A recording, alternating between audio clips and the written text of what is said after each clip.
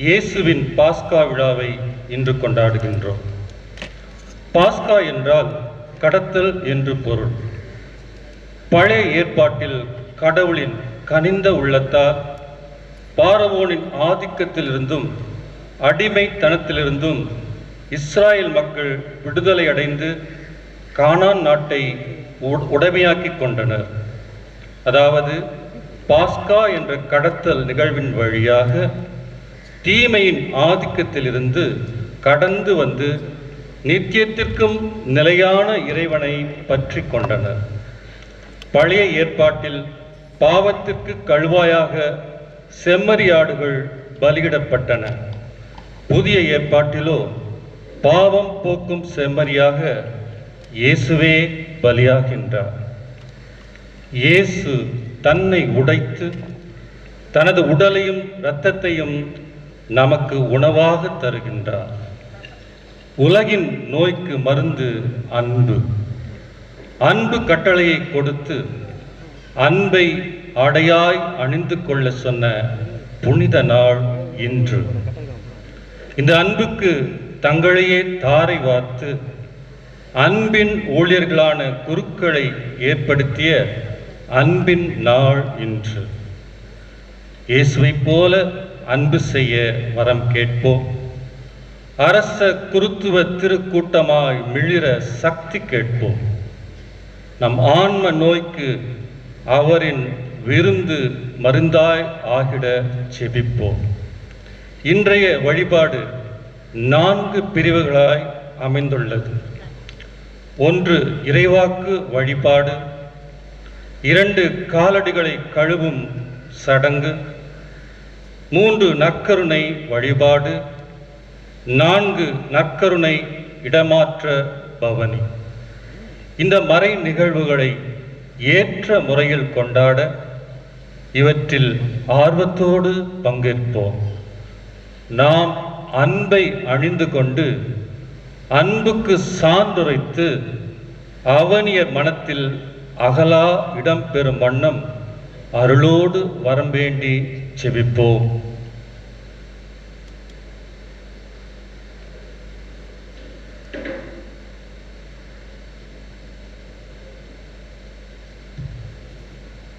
அனைவரும் எழுந்து நிற்போம்.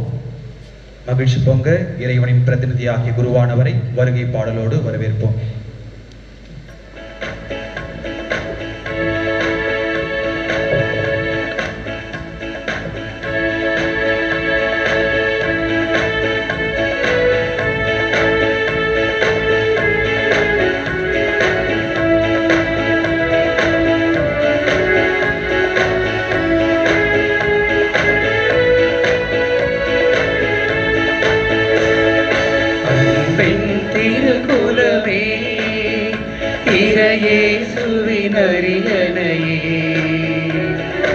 எழுவோம் ஒரு மனதாய் கூடி தொழுவோம் புகழ் பலியா.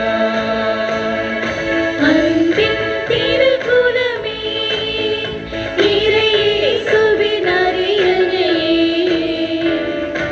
எழுவோம் ஒரு மனதாய் கூடி தொழுவோம் புகழ் பலியா. இறை குலமே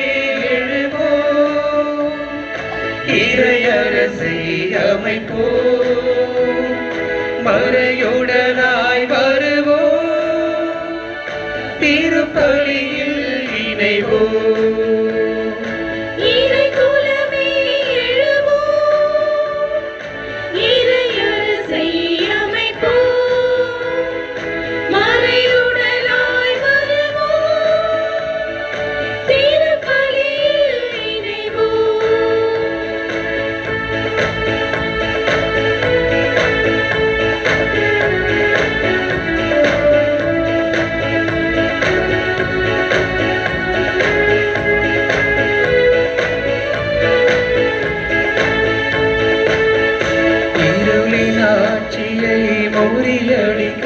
கன்று நிகழ்ந்த பலியை நினைப்போம், இறைவன் மைந்தனே பலி பொருளாய் தன்னை இழந்த தியாக முறைப்போம்.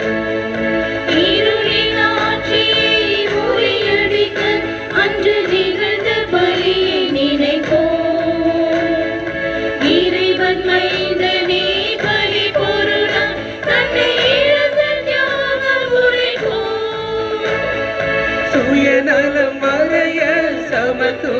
வளர அன்பு பொழிவு கொண்ட இறை குலம் வளர்ப்போம் அன்பின் திருக்குலமே இறையேசுவின் அரியணையே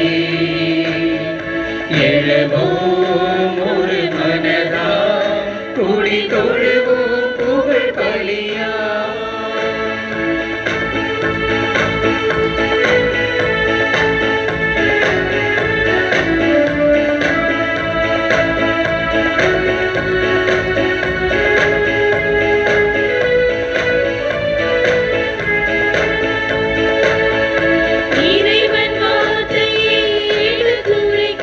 இந்த இனிய பலியில் இணைவோம் உறவு விருந்தினை பரிமாறும் திருவிருந்த பயிரில் மகிழ்வோம் இறைவன் வார்த்தையை எடுத்துரைக்கும் இந்த இனிய பலியில் இணைவோம் உறவு விருந்தினை பரிமாறும் திருவிருந்து பகிர்வில் மகிழ்வோம்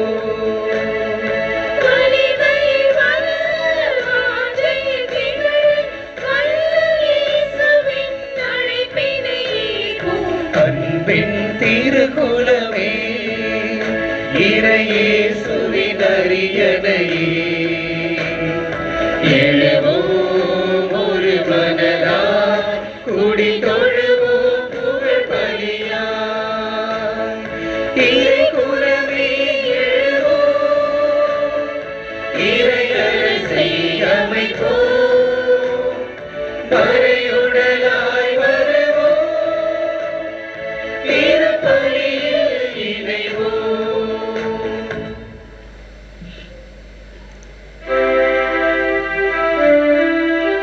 தந்தை மகன் தூயாவியாரின் பெயராலே நம் தந்தையாகிய கடவுளிடமிருந்தும் ஆண்டவராகிய இயேசு கிறிஸ்துவிடமிருந்தும் வாழ்வு தரும் தூயாவியாரிடமிருந்தும் அருளும் அமைதியும் உங்களோடு என்றும் இருப்பதாக.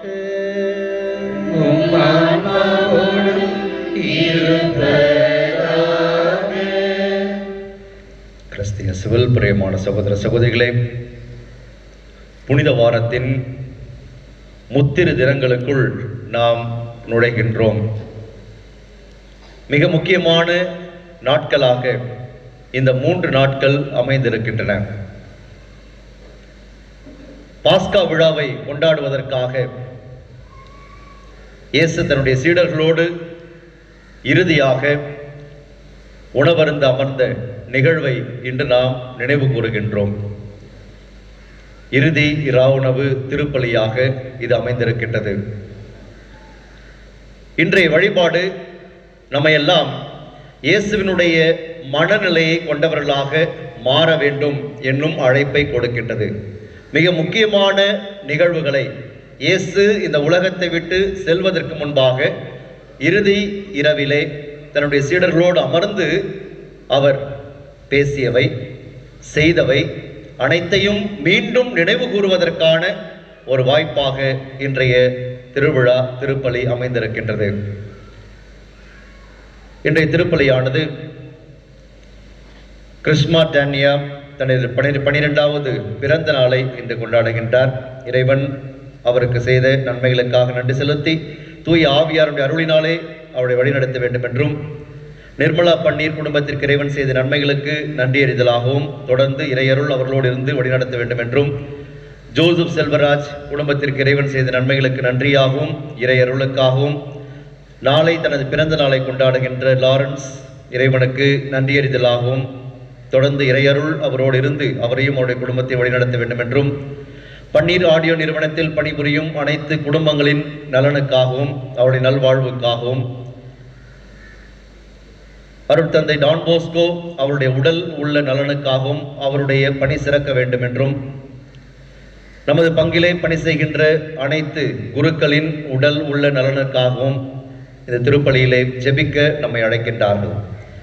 இந்த கருத்துக்களை எல்லாம் ஆண்டவருடைய பாதத்தில் வைத்து ஜெபிப்போம். இறைவனுடைய நன்றியறிதலையும் இவருடைய மன்றாட்டுகளையும் ஏற்று இவர்களை ஆசீர்வதிக்க வேண்டும் என்றும், இறந்த நித்யநாதன் பன்னீர், தாமஸ் சாம்சன், மேரி ருபெல்லா பெனடிக்ட், ஜோசப் சகாயராஜ், சௌரி மணி, எட்வின் தாமஸ் இவருடைய ஆன்ம இலைப்பாற்றிக்காகவும் இந்த திருப்பலியிலே நாம் செபிப்போம்.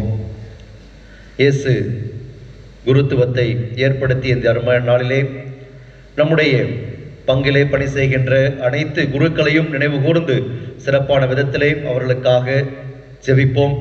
அதோடு இந்த திருப்பலியிலே நம்மோடு கலந்து கொண்டிருக்கின்ற சிகா இல்லத்தினுடைய இல்லத்தந்தை அருட்தந்தை நல்லாயன் அவர்களுக்காகவும் இந்த நாட்களிலே ஒவ்வொரு அருளடையாளத்தை வழங்குவதற்காக நம்முடைய வருகை புரிந்திருக்கின்ற அருள் தந்தை ஏ மேத்யூ அவர்களுக்காகவும் சிறப்பான விதத்தில் ஜெபிப்போம். நம்முடைய பங்கிலிருந்து குருக்களாக இறைவனால் தேர்ந்தெடுக்கப்பட்ட அனைவருக்காகவும் நாம் நம்முடைய உற்றார் உறவினர்கள் நண்பர்களிடையே நாம் அறிந்த குருக்களுக்காகவும் அனைத்து குருக்களுக்காகவும் இறைவனுடைய அருளை சிறப்பான விதத்திலே இந்த திருப்பலியிலே நாம் மன்றாடுவோம்.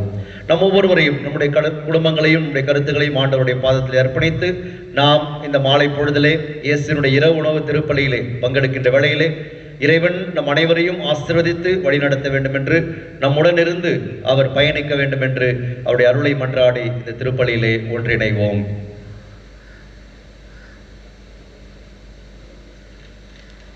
திருப்பலியை தகுதியான முறையில் ஒப்புக் கொடுத்து இறைவனுடைய அருளை பெறுவதற்கு நம்முடைய குற்றம் குறைகள் பாவங்கள் தடையாக இருப்பின் அவற்றுக்காக மனவருந்தி இறைவனின் மன்னிப்பை மன்றாடுவோம். தகுதியான உள்ளத்தோடு இந்த திருப்பலியிலே பங்கேற்று இறைவனுடைய அருளை நாம் இறைஞ்சி மன்றாடுவோம். எல்லாம் வல்ல இறைவனிடமும் சகோதர சகோதரிகளையும் உங்களிடமும் நான் பாவியை ஏற்றுக்கொள்கிறேன். ஏனெனில் என் சிந்தனையாலும் சொல்லாலும் செயலாலும் கடமையில் தவறியதாலும் பாவங்கள் பல செய்தேன். என் பாவமே என் பெரும் பாவமே. ஆகையால் இப்பொழுதும் கண்ணியான புனித மரியாவையும் வானதூதர் புனித அனைவரையும் சகோதரர் சகோதரிகளை உங்களையும் நம் இறைவனாகிய ஆண்டவரிடம் எனக்காக வேண்டிக் கொள்ள மன்றாடுகிறேன். எல்லாம் வல்ல இறைவன் நம் மீது இரக்கம் வைத்து நம் பாவங்கள் அனைத்தையும் மன்னித்து நம்மை நிலை வாழ்வுக்கு அழைத்துச் செல்வாராக. ஆமென்.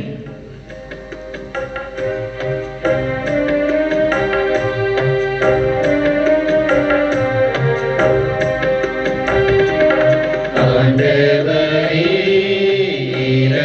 இரக்கமாயிரும். ஆண்டவரே இரக்கமாயிரும். கிறிஸ்துவே இரக்கமாயிரும்.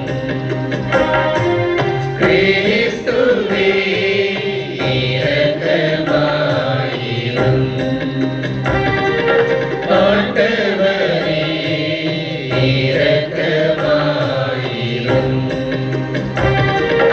ஆண்டவரே இரக்கமாயிரும்.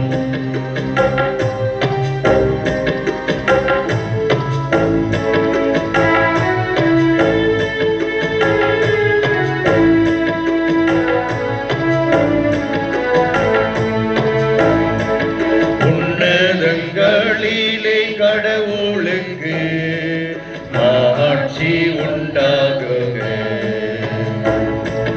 உலகினிலே நல்மனதோர்க்கு அமைதியாகுக.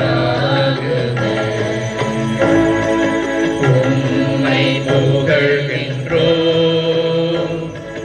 உம்மை வாழ்த்துகின்றோம், உம்மை ஆராதிக்கின்றோம், உம்மை மாட்சிப்படுத்துகின்றோம். உமது மேலான மாட்சியின் பொருட்டு உமக்கு நன்றி கூறுகின்றோம். ஆண்டவராகிய இறைவா, வானுலக அரசரே, எல்லாம் வல்ல தந்தையாகிய இறைவா, ஒரே மகனாய் உதித்த ஆண்டவரே, இயேசு கிறிஸ்துவே, ஆண்டவராகிய இறைவா,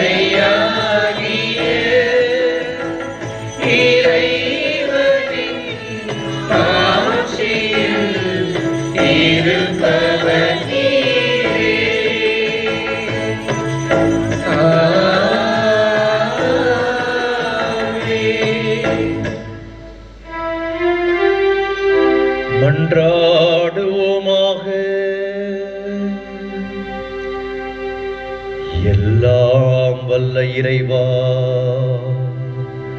உம் திருமகன் சாவுக்கு தம்மை கையளிக்கும் வேளையில் நிலைத்து நிற்கும் அன்பின் புதிய பலியையும் திருவிருந்தையும் தம் திரு அவைக்கு அளித்தார். அதனால் புனிதமிக்க திருவுணவில் அடிக்கடி பங்கு கொள்ளும் நாங்கள் இத்துணை மேலான மறை நிகழ்வுகளிலிருந்து அன்பின் முழுமையையும் வாழ்வின் நிறைவையும் பெற்றுக்கொள்ள அருள் புரிவீராக. உமோடு தூய ஆவியாரின் ஒன்றிப்பில் இறைவனாய் என்றென்றும் வாழ்ந்து ஆட்சி செய்கின்ற எங்கள் ஆண்டவரும் உம் திருமகனுமாகிய கிறிஸ்து வழியாக உம்மை மன்றாடுகின்றோம்.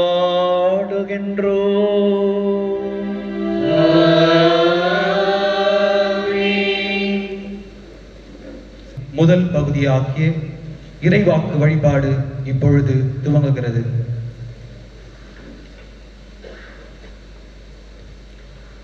முதல் வாசக முன்னுரை.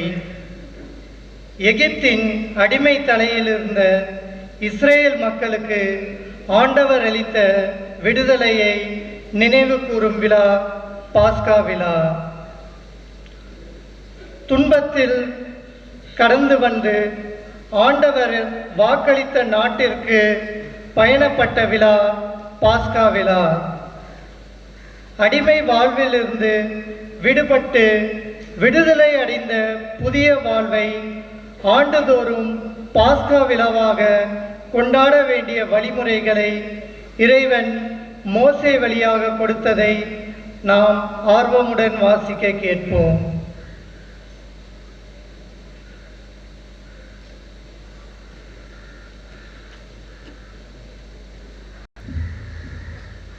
விடுதலை பயண நூலிலிருந்து வாசகம்.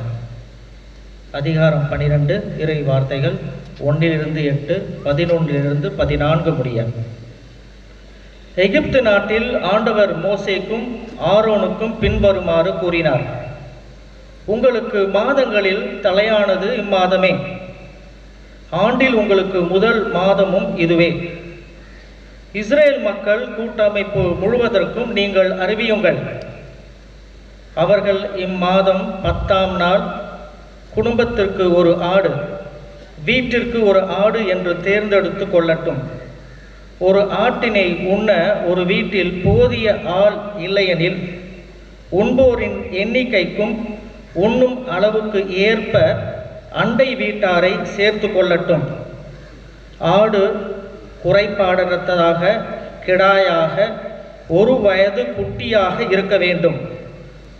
தேர்ந்தெடுப்பது வெள்ளாடாகவோ செம்மறியாகவோ இருக்கலாம். இம்மாதம் 14ஆம் நாள் வரை அதை வைத்து பேணுங்கள். அந்நாள் மாலை மங்கும் வேளையில் இஸ்ரேல் மக்கள் கூட்டமைப்பின் அனைத்து சபையும் அதை வெட்ட வேண்டும். இரத்தத்தில் சிறிதளவு எடுத்து உண்ணும் வீடுகளின் 2 கதவு நிலைகளிலும் மேல் சட்டத்திலும் பூச வேண்டும். இறைச்சியை அந்த இரவிலேயே உண்ண வேண்டும். நெருப்பில் அதை வாட்டி புளிப்பற்ற அப்பத்தோடும் கசப்பு கீரையோடும் உண்ண வேண்டும். நீங்கள் அதனை உண்ணும் முறையாவது இடையில் கச்சை கட்டி கால்களில் காலணி அணிந்து கையில் கோல் பிடித்து விரைவாக உண்ணுங்கள். இது ஆண்டவரின் பாஸ்கா. ஏனெனில் நான் இன்றிரவிலேயே எகிப்து நாடெங்கும் கடந்து சென்று எகிப்தின் நாட்டில் மனிதர் தொடங்கி விலங்கு வரை அனைத்து ஆண்பால் தலைமறைப்பையும் சாகடிப்பேன். எகிப்தின் தெய்வங்கள் அனைத்தின் மேலும் நான் தீர்ப்பிடுவேன்.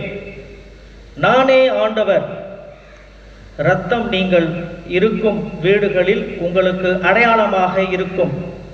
நான் இரத்தத்தை கண்டு உங்களை கடந்து செல்வேன். எகிப்து நாட்டில் நான் அவர்களை சாகடிக்கும் பொழுது கொள்ளை நோய் எதுவும் உங்கள் மேல் வராது. இந்த நாள் உங்களுக்கு ஒரு நினைவு நாளாக விளங்கும். இதனை ஆண்டவரின் விழாவாக நீங்கள் தலைமுறை தோறும் கொண்டாடுங்கள். இந்த விழா உங்களுக்கு நிலையான நியமமாக இருப்பதாக. ஆண்டவர் வழங்கும் அருள்வாக்கு. இறைவனுக்கு நன்றி.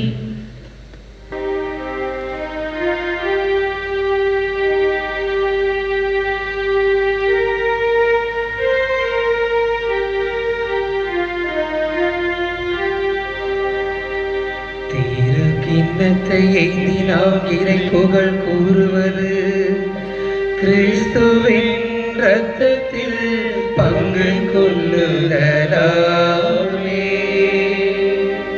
திரு கிண்ணத்தை ஏந்தி நாம் இறை புகழ் கூறுவது கிறிஸ்துவின் இரத்தத்தில் பங்கு கொள்ளுதலாமே. ஆண்டவர் எனக்கு செய்த எல்லா நன்மைகளுக்காகவும் நான் என்ன கைமாறு செய்வேன். மீட்புக்காக நன்றி கூறி கிண்ணத்தை கையில் எடுத்து ஆண்டவருடைய திருப்பெயரை சொல்லி கூப்பிடுவேன். திரு கிண்ணத்தை ஏந்தி நாம் இறை புகழ் கூறுவது கிறிஸ்துவின் இரத்தத்தில் பங்கு கொள்ளுதலாமே. ஆண்டவர் தம் அடியாரின் மரணம் அவருடைய பார்வையில் மிக மதிப்பிற்குரியது.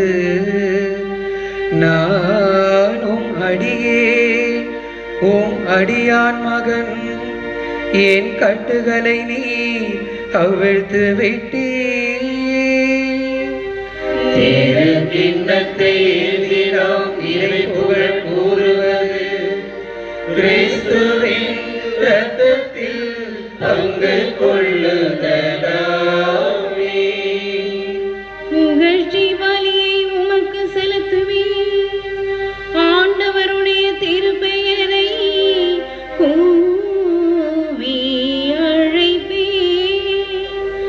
ஆண்டவருடைய மக்கள் அனைவரிடையும் அவருக்கு என் பொருத்தனைகளை செலுத்துவேன். திரு கிண்ணத்தை ஏந்தி நாம் இறை புகழ் கூறுவது கிறிஸ்துவின் இரத்தத்தில் பங்கு கொள்ளுதலாமே. திரு கிண்ணத்தை ஏந்தி நாம் இறை புகழ் கூறுவது கிறிஸ்துவின் இரத்தத்தில் பங்கு கொள்ளுதலாமே.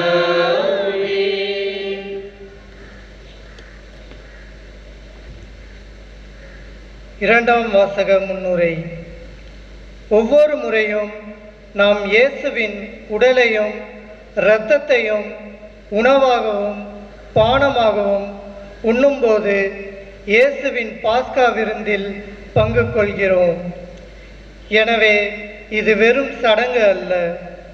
நாம் இந்த அப்பத்தை உண்டு கிண்ணத்திலிருந்து பருகும் போதெல்லாம் அவர் சாவை அறிவிக்கின்றோம் என்ற மனநிலையுடன் இவ்வாசகத்திற்கு செவி கொடுப்போம்.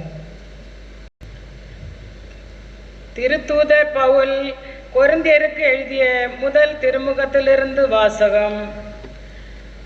11ஆம் அதிகாரம் 23 முதல் 26 வரை இறைவார்த்தைகள். சகோதரர் சகோதரிகளே, ஆண்டவரிடமிருந்து நான் எதை பெற்றுக் கொண்டேனோ அதையே உங்களிடம் ஒப்படைக்கிறேன். அதாவது ஆண்டவராகிய இயேசு காட்டிக் கொடுக்கப்பட்ட அந்த இரவில் அப்பத்தை எடுத்து கடவுளுக்கு நன்றி செலுத்தி அதை பிட்டு, இது உங்களுக்கான என் உடல், இதை என் நினைவாக செய்யுங்கள் என்றார். அப்படியே உணவு அருந்திய பின் கிண்ணத்தையும் எடுத்து, இந்த கிண்ணம் என் இரத்தத்தால் நிலைப்படுத்தப்படும் புதிய உடன்படிக்கை. நீங்கள் இதிலிருந்து பருகும் போதெல்லாம் என் நினைவாக இவ்வாறு செய்யுங்கள் என்றார்.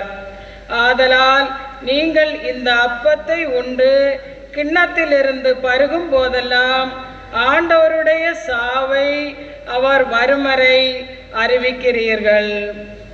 ஆண்டவரின் அருள்வாக்கு. இறைவனுக்கு நன்றி. நிற்போம்.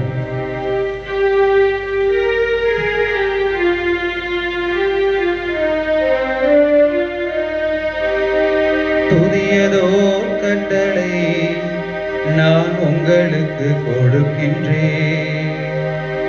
நான் உங்களிடம் அன்பு செலுத்தியது போலவே நீங்களும் ஒருவர் மற்றவரிடம் அன்பு செலுத்துங்கள் என்கிறார் ஆண்டவர்.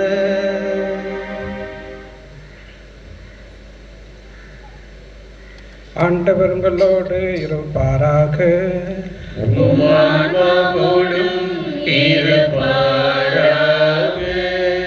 புனித யோவான் எழுதிய தூய நற்செய்தியிலிருந்து வாசகம். ஆண்டவரே மாட்சி உமக்கே.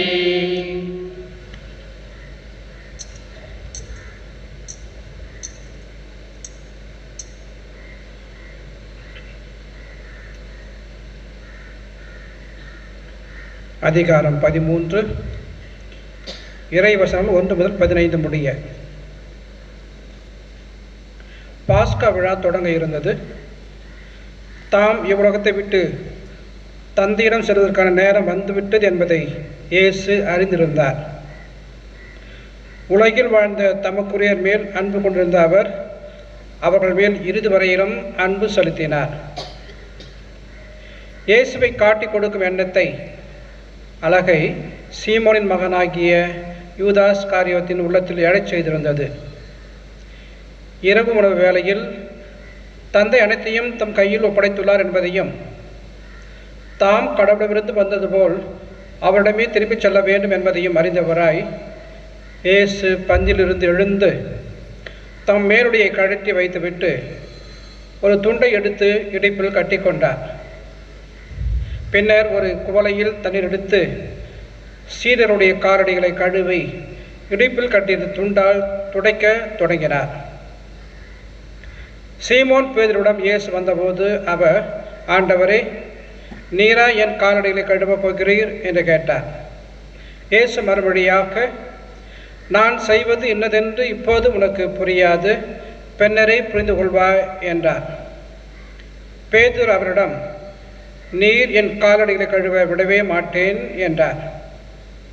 இயேசு அவரை பார்த்து, நான் உன் காலடிகளை கழுவாவிடில் என்னோடு உனக்கு பங்கு இல்லை என்றார். அப்போது சீமோன் பேதுரு, அப்படியானால் ஆண்டவரே, என் கால்நடைகளை மட்டுமல்ல என் கைகளையும் தலையையும் கூட கழுவும் என்றார். இயேசு அவரிடம், குளித்து விட்டவர் தம் கால்நடைகளை மட்டும் கழுவினால் போதும், அவர் தூய்மையாகி விடுவார். நீங்களும் தூய்மையாக இருக்கிறீர்கள், ஆனாலும் அனைவரும் தூய்மையாக இல்லை என்றார். தம்மை காட்டிக் கொடுப்பவன் எவன் என்று அவருக்கு ஏற்கனவே தெரிந்திருந்தது. எனவே தான் உங்களுள் அனைவரும் தூய்மையாக இல்லை என்றார். அவருடைய காலடிகளை கழுவிய பின் இயேசு தம் மேலுடையை அணிந்து கொண்டு மீண்டும் பந்தியில் அமர்ந்து அவரிடம் கூறியது, நான் உங்களுக்கு செய்தது என்னவென்று உங்களுக்கு புரிந்ததா? நீங்கள் என்னை போதகர் என்றும் ஆண்டவர் என்றும் அழைக்கிறீர்கள். நீங்கள் அவ்வாறு கூப்பிடுவது முறையே. நான் போதகர் தான், ஆண்டவர் தான். ஆகவே ஆண்டவரும் போதகருமாகிய நான் உங்களுடைய காலடிகளை கழுவினேன் என்றால், நீங்களும் ஒருவர் மற்றவருடைய காலடிகளை கழுவ கடமைப்பட்டிருக்கிறீர்கள். நான் செய்தது போல நீங்களும் செய்யுமாறு நான் உங்களுக்கு முன்மாதிரி காட்டினேன் என்றார். ஆண்டவரின் அருள்வாக்கு. கிறிஸ்துவே உமக்கு புகழ்.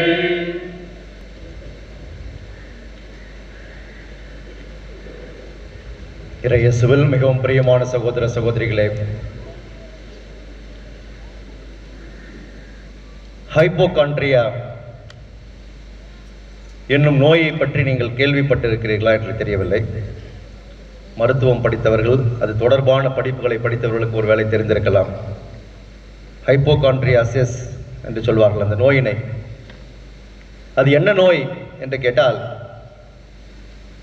ஏதாவது ஒரு நோயை பற்றி செய்திகளிலோ செய்தித்தாளிலோ தொலைக்காட்சியிலோ அல்ல வேறொரு மூலமாக ஒரு கேள்விப்பட்டால் உடனடியாக அந்த நோய் தனக்கு இருப்பதாக ஒருவர் நினைத்துக் கொள்வார். ஆமா இல்ல, எனக்கு கூட அப்படிதான் தோணுது, ஒருவேளை எனக்கு அப்படி இருக்குமோ அப்படின்னு. யார் எதை பற்றி சொன்னாலும் ஆமா எனக்கு கூட கொஞ்சம் அப்படிதான் இருந்துச்சு, ஒருவேளை அந்த நோய் எனக்கும் இருக்கும் என்று தோன்றுகிறது என்று சொல்வார்கள். இப்படிப்பட்டவர்களை நாம் பார்த்திருப்போம், ஏன் நாமே கூட அப்படி இருந்திருப்போம். அப்படி என்றால் இன்னைக்கு நீங்க தெரிஞ்சுங்க, உங்களுக்கு எல்லாம் ஹைப்போகாண்ட்ரியாசிஸ் என்னும் நோய் இருக்கிறது என்று. ஏதாவது ஒரு நோயை பற்றி கேள்விப்பட்டால் அந்த நோய் தனக்கே வந்ததாக எண்ணிக்கொள்ளுதல். சும்மா சின்னதா ஒரு தும்மல் வந்தா கூட ஒருவேளை இதனாலதான் தும்மல் வருமோ, தும்மல் இயற்கையா வர விஷயம் தான் இது. டஸ்ட் அதிகமாக இருந்தவர்கள் தும்மல் வரலாம்.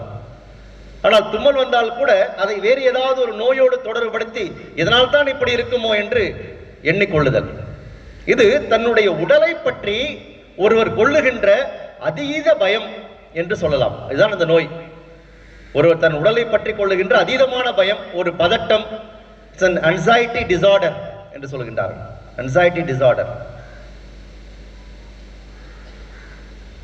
இப்படிப்பட்ட மனிதர்கள் தங்களை பற்றி மட்டுமே சிந்தித்துக் கொண்டிருப்பது, எதை பற்றி கேள்விப்பட்டாலும் அது தனக்கே இருப்பதாக நினைக்கின்றவர்கள், எப்பொழுதும் தன்னை முன்னிலைப்படுத்தி தன்னை பற்றியே சிந்தித்துக் கொண்டிருப்பதனால் தான் இப்படிப்பட்ட உணர்வுகளுக்கு அவர்கள் ஆளாகின்றார்கள், இப்படிப்பட்ட பயத்துக்கு ஆளாகின்றார்கள் என்று உளவியல் சொல்லுகின்றது. அன்பார்ந்தவர்களே, இந்த சூழலுக்கு நேர்மாறாக இன்று இயேசு கிறிஸ்து தன்னை பற்றி அல்ல, மாறாக பிறரை பற்றி கவலைப்படுகின்றவராக, பிறர் மீது அக்கறை உள்ளவராக, முழுவதுமாக மற்றவர்களை பற்றி சிந்திக்கின்ற ஒரு மனிதராக இருந்தார் என்பதைத்தான் இன்று நாம் விழாவாக கொண்டாடி கொண்டிருக்கின்றோம்.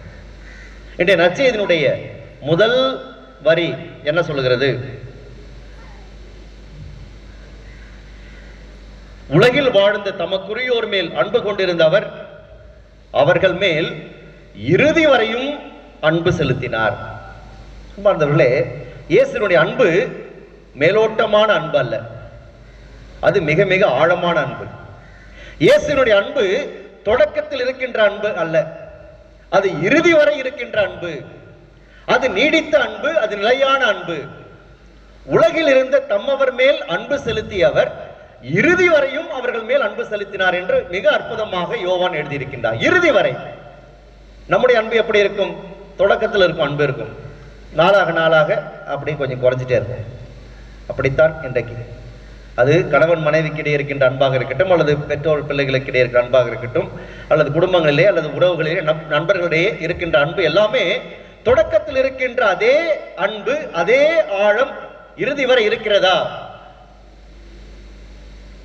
நம்மால் முடிவதில்லை. ஆனால் இயேசுவினுடைய அன்பு இறுதி வரை அவர்களுக்கு அன்பு செலுத்தினார் என்று சொல்லப்பட்டிருக்கிறது. இந்த அன்பைத்தான் இன்று முதல் விழாவாக நாம் கொண்டாடி கொண்டிருக்கின்றோம். இன்று 4 முக்கியமான நிகழ்வுகளை நாம் கொண்டாடி கொண்டிருக்கின்றோம். இதுல முதலாவது இயேசுவினுடைய இந்த அன்பு. இயேசுவினுடைய அன்பு இப்படி ஆழமான அன்பாக இருந்தது, அது நீடித்த அன்பாக, நிலையான அன்பாக, இறுதி வரை மற்றவர்கள் மீது செலுத்திய அன்பாக இருந்தது என்பதை இயேசு இதோ எண்பித்து காட்டுகின்றார். ஆகவேதான் இயேசு அன்பு கட்டளையை இந்த இரவிலே கொடுக்கின்றார். நீங்கள் ஒருவர் மற்றவருக்கு அன்பு செய்யுங்கள் என்று வெறுமனே ஒரு கட்டளையாக இயேசு கொடுத்து விடாமல், அந்த அன்பை எப்படி வெளிப்படுத்துவது என்பதற்கு தன்னையே ஒரு எடுத்துக்காட்டாக இயேசு முன்வைக்கின்றார். நான் உங்கள் மீது அன்பு செலுத்தியது போல நீங்களும் ஒருவர் மற்றவரிடம் அன்பு செலுத்துங்கள். இயேசுதான் நமக்கு மாடல், வேற எந்த மாடலும் நாம் தேட தேவையில்லை. யார் போல நாம் அன்பு செய்வது, எப்படி அன்பு செய்வது என்று கிறிஸ்தவர்களாகி நாம் கேள்வி கேட்க வேண்டிய அவசியமே இல்லை. ஏனென்றால் இயேசு தன்னையே முன்னிலைப்படுத்தி முன்மாதிரியாக கொடுத்து, நான் உங்களுக்கு அன்பு செலுத்தியது போல நீங்களும் ஒருவர் மற்றவருக்கு அன்பு செலுத்துங்கள். இயேசுடைய அன்பு எப்படிப்பட்டதாக இருந்தது? இயேசு எப்படி அன்பு செலுத்தினார்? இறுதி வரை அன்பு செலுத்தினார். இறுதி வரை அன்பு செலுத்தினார். அவருடைய அன்பு உண்மையானதாக இருந்தது, அர்த்தமுள்ளதாக இருந்தது, ஆழமானதாக இருந்தது, நீடித்ததாக இருந்தது, நிலையான அன்பாக இருந்தது, இறுதி வரை செலுத்தப்பட்ட அன்பாக இருந்தது. இதுதான் இயேசுடைய அன்பு. அந்த அன்பிலே தியாகம் கலந்திருந்தது.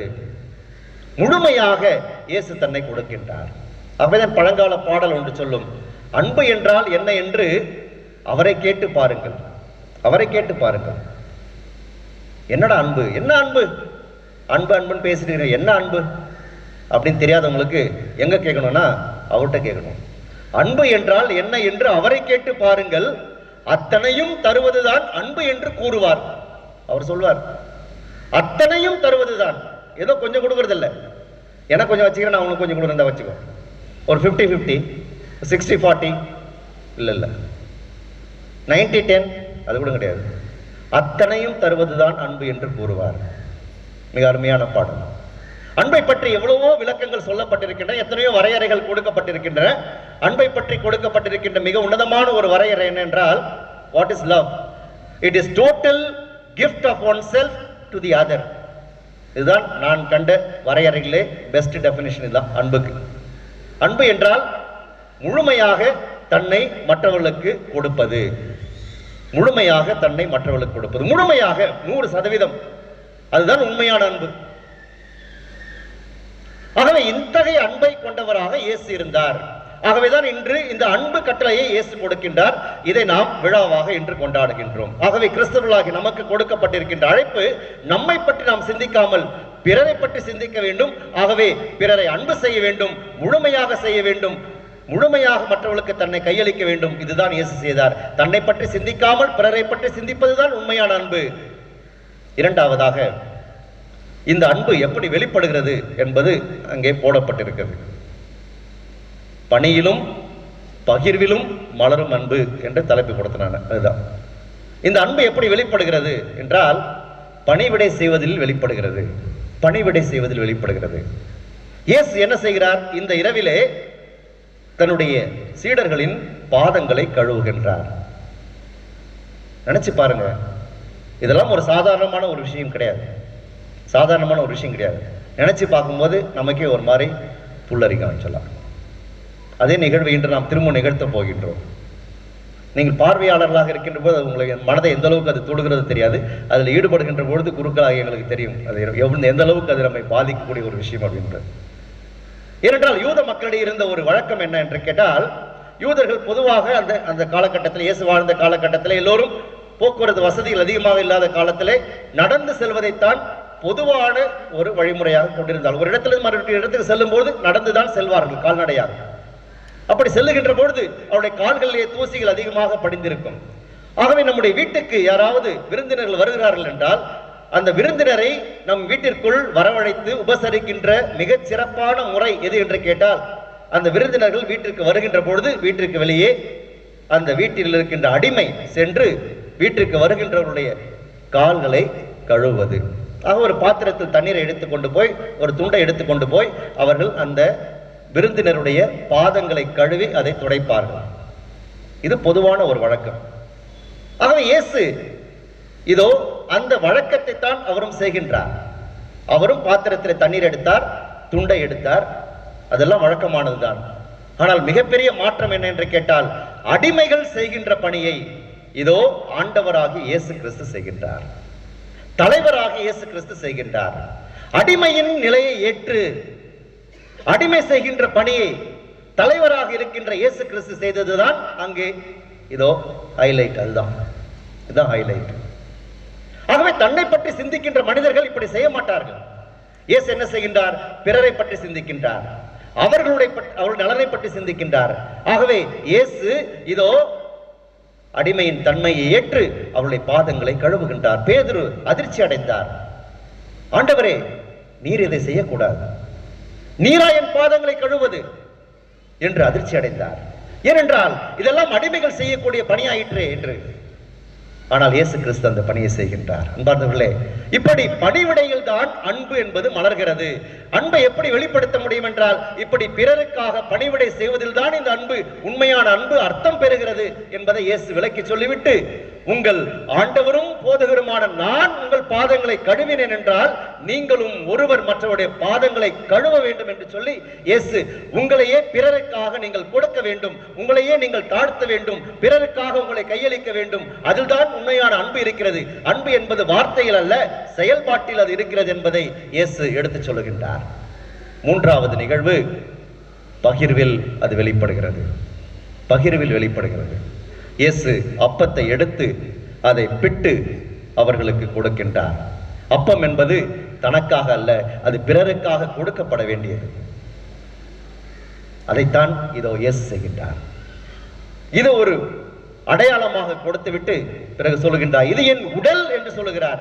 இதோ இது அப்பம், வாங்கி உண்ணுங்கள் என்று சொல்லவில்லை. அப்பத்தை கொடுத்து இது என் உடல், உங்களுக்காக கொடுக்கப்படுகின்ற என் உடல், இதோ என்னுடைய உடல் உங்களுக்காக உடைக்கப்பட்டு கொடுக்கப்படுகின்றது என்று சொல்லி, இது எனக்காக அல்ல, என்னுடைய உடல் எனக்காக அல்ல, நான் எனக்காக வாழுகின்ற சுயநலவாதி அல்ல, மாறாக உங்களுக்காக என்னை நான் முழுமையாக இதோ கொடுக்கின்றேன், என்னுடைய உடலையே உங்களுக்காக கொடுக்கின்றேன் என்று சொல்லி முழுமையாக கொடுக்கின்றார். இதில் தான் அவருடைய அன்பு வெளிப்படுகிறது. கிண்ணத்தை எடுத்து, திராட்சை ரசப்பழ கிண்ணத்தை எடுத்து கொடுத்து, இதிலிருந்து அனைவரும் பருகுங்கள், இது என் ரத்தம் என்று சொல்லுகிறார். தன்னுடைய உடலை உடைத்து கொடுத்தவர் தன்னுடைய குருதியையும் குடிப்பதற்காக கொடுக்கின்றார். அன்பார்ந்தவர்களே, இதை விட யார் ஒருவர் அன்பு செலுத்தி விட முடியும்?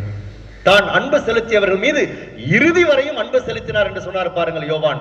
அதை இவ்வாறு செயல்படுத்துகின்றார். இறுதி வரை தன்னுடைய இறுதி ரத்தத்தை கொடுக்கின்றவரையில், சொட்டு ரத்தத்தை கொடுக்கின்றவரை, தன்னுடைய உடலை உடைத்து கொடுக்கின்ற வரையில் அன்பு செய்தார். தன்னுடைய ரத்தத்தை கொடுக்கின்ற வகையில் அன்பு செய்தார். முழுமையாக நாம் எல்லாம் அன்பார்ந்த சகோதர சகோதரிகளே, இன்று நாம் பெருமைப்பட வேண்டும். இப்படிப்பட்ட கடவுளை நாம் கொண்டிருக்கின்றோம். இப்படிப்பட்ட கடவுள் மீதுதான் நாம் நம்பிக்கை கொண்டவர்களாக இன்று நாம் குழுமி வந்திருக்கின்றோம். இயேசு கிறிஸ்துவினுடைய சீடல் என்று சொல்லிக் கொள்வதிலே நீங்களும் நானும் பெருமை கொள்ள வேண்டும். ஆகவே மூன்றாவது நிகழ்வு, இயேசு நற்கருணையை ஏற்படுத்துகின்றார். தன்னுடைய உடலையும் இரத்தத்தையும் கொடுத்து, எனக்காக அல்ல உங்களுக்காக, என்னை பற்றி நான் சிந்திக்கவில்லை, உங்களுக்காக, நீங்கள் வாழ்வதற்காக என்னுடைய உடலையும் இரத்தத்தையும் கொடுக்கின்றேன் என்று சொல்லி இதோ கொடுக்கின்றார். இதன் வழியாக நற்கருணை என்னும் அருள் அடையாளத்தை இயேசு ஏற்படுத்துகின்றார். நான்காவது நிகழ்வு, அதோடு அது முடிவடைந்து விடக்கூடாது என்பதற்காக இதை என் நினைவாக செய்யுங்கள் என்று சொல்லுகின்றார். இதை என் நினைவாக செய்யுங்கள் என்று சொன்னார். அவருடைய நினைவாக யார் இதை செய்வது? அந்த திருத்தூதர்கள் செய்ய வேண்டும். இதை என் நினைவாக செய்யுங்கள் என்று அவர்களுக்கு அவர் அந்த கட்டளையை கொடுக்கின்றார். அவர்கள் மூலமாக திரு அவை வழிவருகின்ற குருக்கள், ஆயர்கள் அனைவரும் இந்த பணியை செய்து கொண்டிருக்கின்றார்கள். ஆகவேதான் ஒவ்வொரு முறையும் திருப்பலி நிறைவேற்றுகின்ற பொழுது குருவானவர் அப்பத்தை எடுத்து, அனைவரும் இதிலிருந்து பெற்று உண்ணுங்கள், ஏனெனில் உங்களுக்காக கையளிக்கப்படுகின்ற என் உடல் என்று சொல்லுகின்றார். இயேசு சொன்ன அதே வார்த்தைகளை ஒவ்வொரு முறையும் குருவானவர் சொல்லுகின்ற பொழுது இதோ இயேசு அந்த அதிகாரத்தை இந்த குருக்களுக்கு கொடுத்திருக்கின்றார். அவருடைய வார்த்தைகளை உச்சரிப்பதற்கான தகுதியை இயேசு இந்த குருக்களுக்கு கொடுத்திருக்கிறார் என்று சொன்னால், அவருடைய நினைவாக இது தொடர்ந்து உலகம் முழுவதும் கொண்டாடப்பட வேண்டும், ஒவ்வொரு நாளும் நினைவு கூறப்பட வேண்டும் என்பதற்காக குருத்துவத்தை இயேசு இதன் வழியாக ஏற்படுத்தி இருக்கின்றார். அன்பார்ந்தவர்களே, நம்முடைய திரு அவை எப்படிப்பட்ட திரு அவையாக இருக்கிறது? இறைவனால் ஆசீர்வதிக்கப்பட்ட திரு அவையாக இருக்கிறது.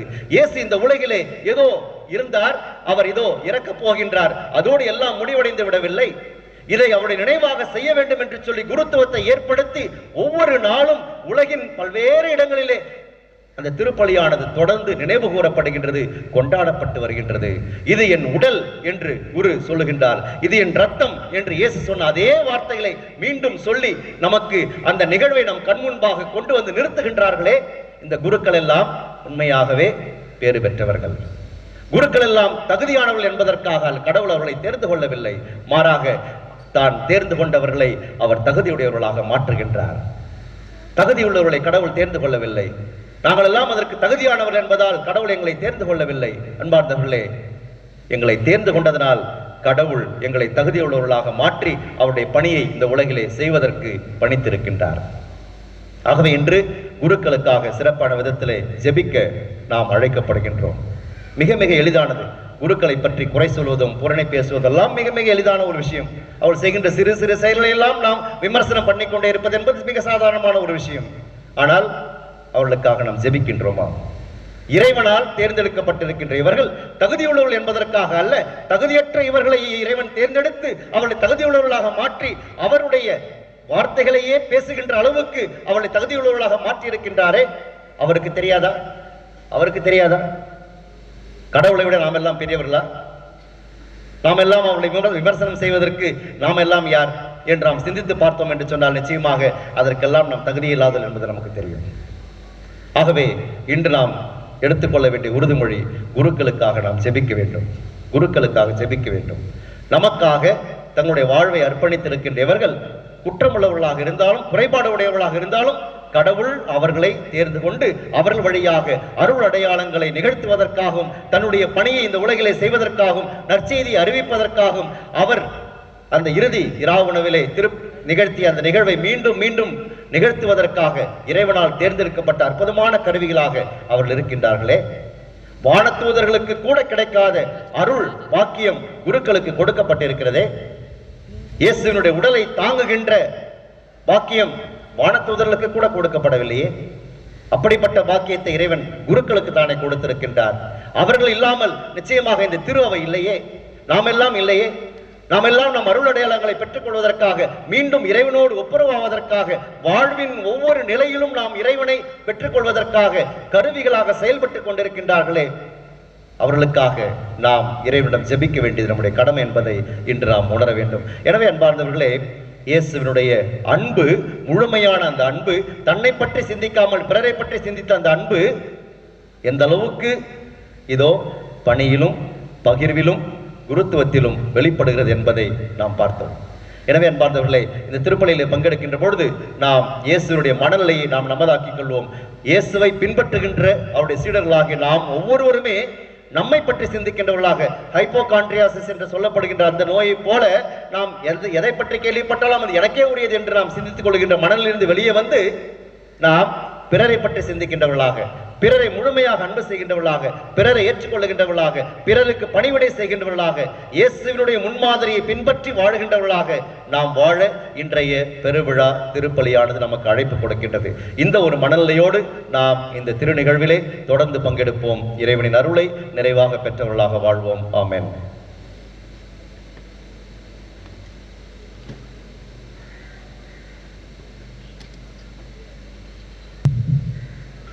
இரண்டாம் பகுதி, காலடிகளை கழுவும் சடங்கு. பாலஸ்தீன் பகுதி அதிக புழுதி படிந்த பகுதி. கோடை காலங்களில் அதிக புழுதி படியும், மழைக்காலங்களில் அதிக சேரும் சகதியும் படியும். அதனால் பாலஸ்தீன யூதர்கள் நீண்ட காலணி அணிவார்கள். வெளியில் சென்றுவிட்டு வீட்டுக்குள் நுழையும் போது அங்கே அவர்கள் காலடிகளை கழுவ அடிமை ஒரு துண்டோடு காத்திருப்பார். அடிமை இல்லாதவர்கள் தாங்களாகவே காலடிகளை கழுவிக் கொள்வார்கள். அதே யூத கலாச்சாரத்தில் வருகின்ற இயேசு சற்று வித்தியாசமாக இருக்கின்றார். தானே முன் சென்று தன் சீடர்களின் காலடிகளை கழுவி பாடம் கற்றுத் தருகிறார். பணிவும் கனிவும் கொண்டவன்தான் உண்மையான தலைவன் என்பதை என்பித்து காட்டும் இயேசுவின் மனநிலையோடு இப்புனிதமான சடங்கில் பங்கெடுப்போம்.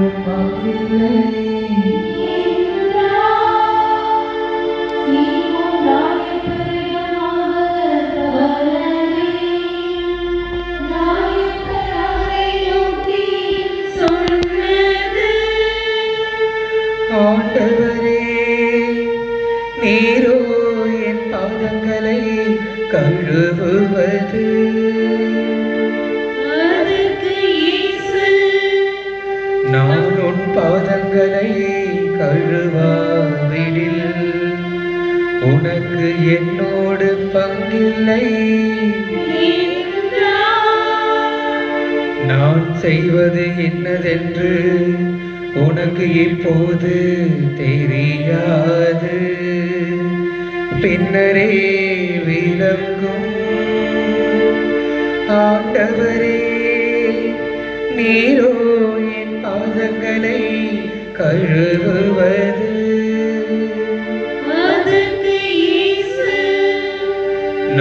உன் பாதங்களை கழுவாவிடில் உனக்கு என்னோடு பங்கில்லை.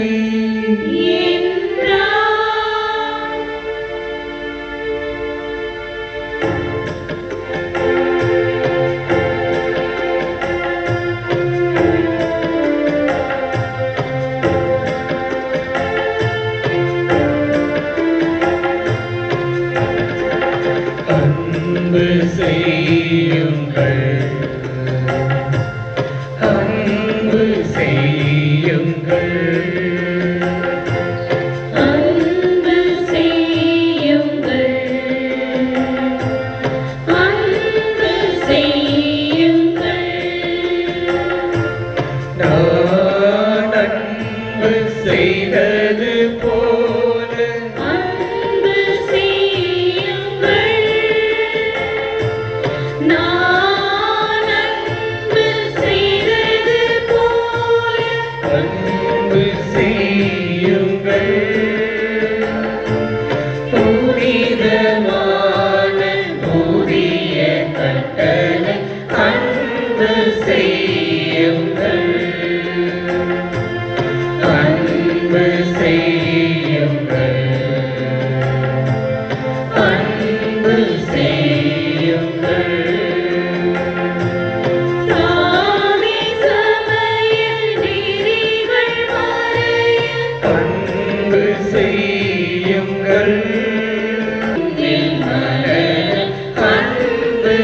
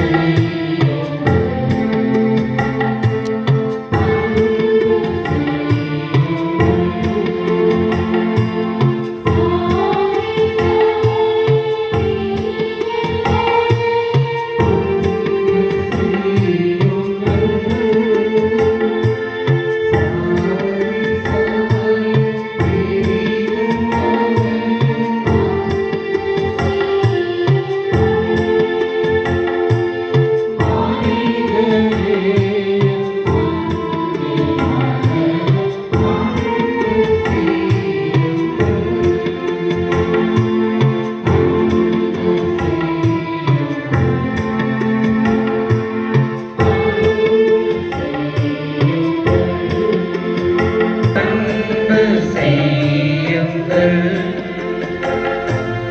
அன்பு செய்யுங்கள், அன்பு செய்யுங்கள். நான் அன்பு செய்தது போல அன்பு செய்யுங்கள். நான் அன்பு செய்தது போல அன்பு செய்யுங்கள். புனிதமான புதிய கட்டளை அன்பு செய்யுங்கள். அனைவரும் எழுந்து நிற்போம். நம்பிக்கையாளர்களின் மன்றாட்டு. அன்பை அடையாளப்படுத்தும் இறைவா, நீர் பெயர் சொல்லி அழைத்து தகுதியை அழித்து தகுந்த விதத்தில் காத்து வரும் எம் திருவவை பணியாளர்கள் உமது ஆசியால் நிரப்பப்பட்டு தங்கள் குருத்துவத்தின் மகத்துவத்தை உணர்ந்து பணியிலும் பண்பிலும் சிறந்து விளங்க வேண்டும் என்று உம்மை மன்றாடுகிறோம். ஆண்டவரே, எங்கள் மன்றாட்டை கேட்டருளும். திருவிருந்தழித்து எம்மை தேற்றும் இறைவா, உம் திருமகன் இன்று நிறுவிய ஒப்பற்ற அருள் அடையாளமாகிய தூய நற்கருணையின் ஆற்றலை நாங்கள் நன்கு உணரவும் அதை மதித்து போற்றவும் அதை உட்கொள்ளும் நாங்கள் உம் திருமகனை போன்று அன்பு பணிகள் புரியவும் அருள் புரிய வேண்டுமென்று உம்மை மன்றாடுகின்றோம். ஆண்டவரே, எங்கள் மன்றாட்டை கேட்டருளும். மனித நேயத்தை மாண்புடன் காக்கும் அழைக்கும் இறைவா, உம் அன்பு கட்டளைகளுக்கு உரு கொடுக்கும் விதத்தில் எங்கள் வாழ்வு அமையவும் எம்மிடையே வாழும் நலிவுற்றோர் நோயாளர்கள் நன்கு பராமரிக்கப்படவும் தொண்டு ஏற்பதை விட தொண்டு புரிவதில் நாங்கள் என்று மகிழ்ந்திருக்கவும் அருள் புரிய வேண்டும் என்று உம்மை மன்றாடுகின்றோம். பரிவுடன் எம்மை பாதுகாக்கும் இறைவா, இஸ்ரேல் மக்களை நீர் வியத்தகு முறையில் பாதுகாத்து வழி நடத்தியதை இன்றைய வாசகத்தின் வழியாக கேட்ட நாங்கள் நீர் எம்மை பரிவுடன் காத்து வருகிறீர் என்பதை உணரவும் அடிமைத்தனம், பாவம், இருள் ஆகியவற்றிலிருந்து முழுமையாக விடுவிக்கப்பட்டவர்களாய் நாங்கள் வாழவும் அருள் புரிய வேண்டும் என்று உம்மை மன்றாடுகிறோம். நம்முடைய தனிப்பட்ட தேவைகளுக்காக அமைதியாக மன்றாடுவோம்.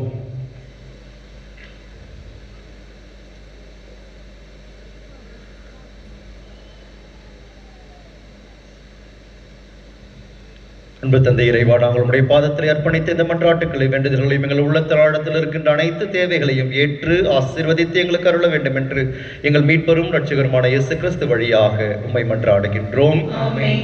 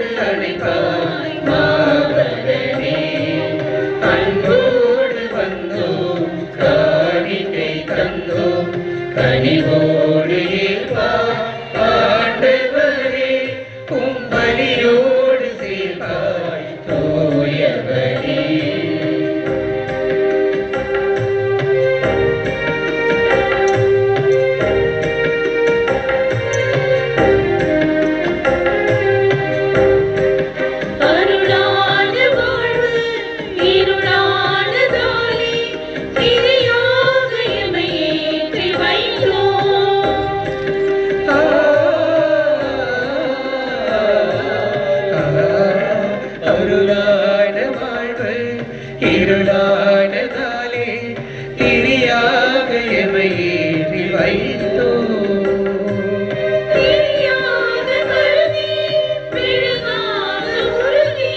திரியாக கருதி மெழுகாக உருகி பலியாக வைத்தோம் ஆண்டவரே, புது மொழியாக மாற்றும் தூயவனே, அன்போடு வந்தோம் காணிக்கை தந்தோம் கனிவோடு ஏற்பாய் ஆண்டவரே, உம் பலியோடு சேர்ப்பாய் தூயவனே.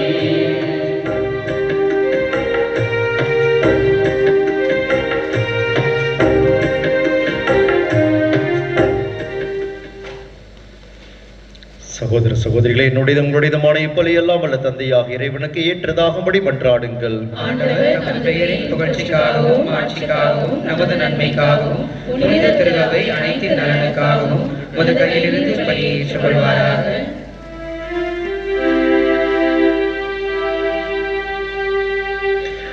ஆண்டவரே, எப்பொழுதெல்லாம் இப்பலியின் நினைவு கொண்டாடப்படுகின்றதோ அப்பொழுதெல்லாம் எங்கள் மீட்பின் செயல் நிறைவேற்றப்படுகின்றது. எனவே நாங்கள் இம்மறை நிகழ்வுகளில் தகுதியுடன் பங்கேற்க எங்களுக்கு அருள் புரிவீராக. எங்கள் ஆண்டவராகிய கிறிஸ்து வழியாக உம்மை மன்றாடுகின்றோம்.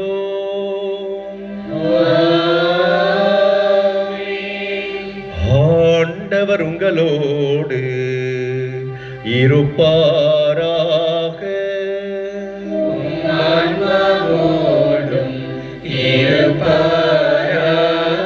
இதயங்களை மேலே எழுப்புங்கள்.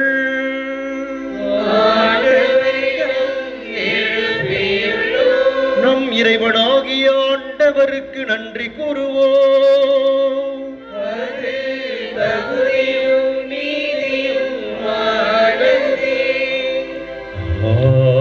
ஆண்டவரே, தூயவரான தந்தையே,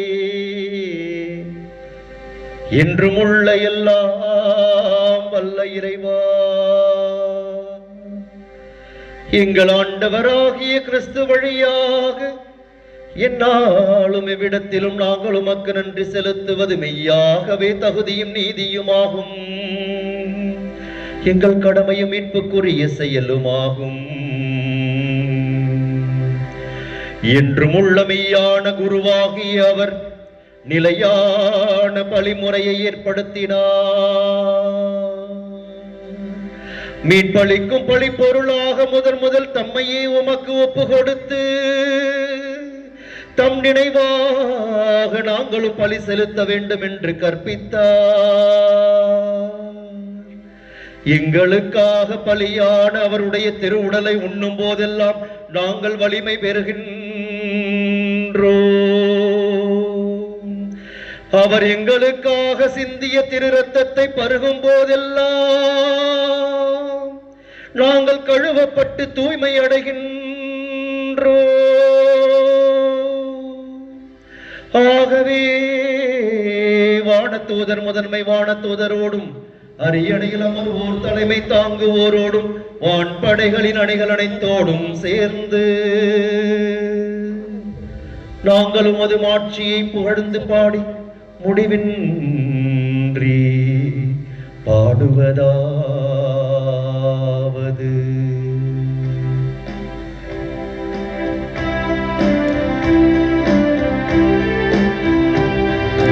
தூயவர் தூயவர் தூயவர் வான்படைகளின் கடவுளாம் ஆண்டவர். விண்ணகமும் மண்ணகமும் உமது மாட்சியால் நிறைந்துள்ளன.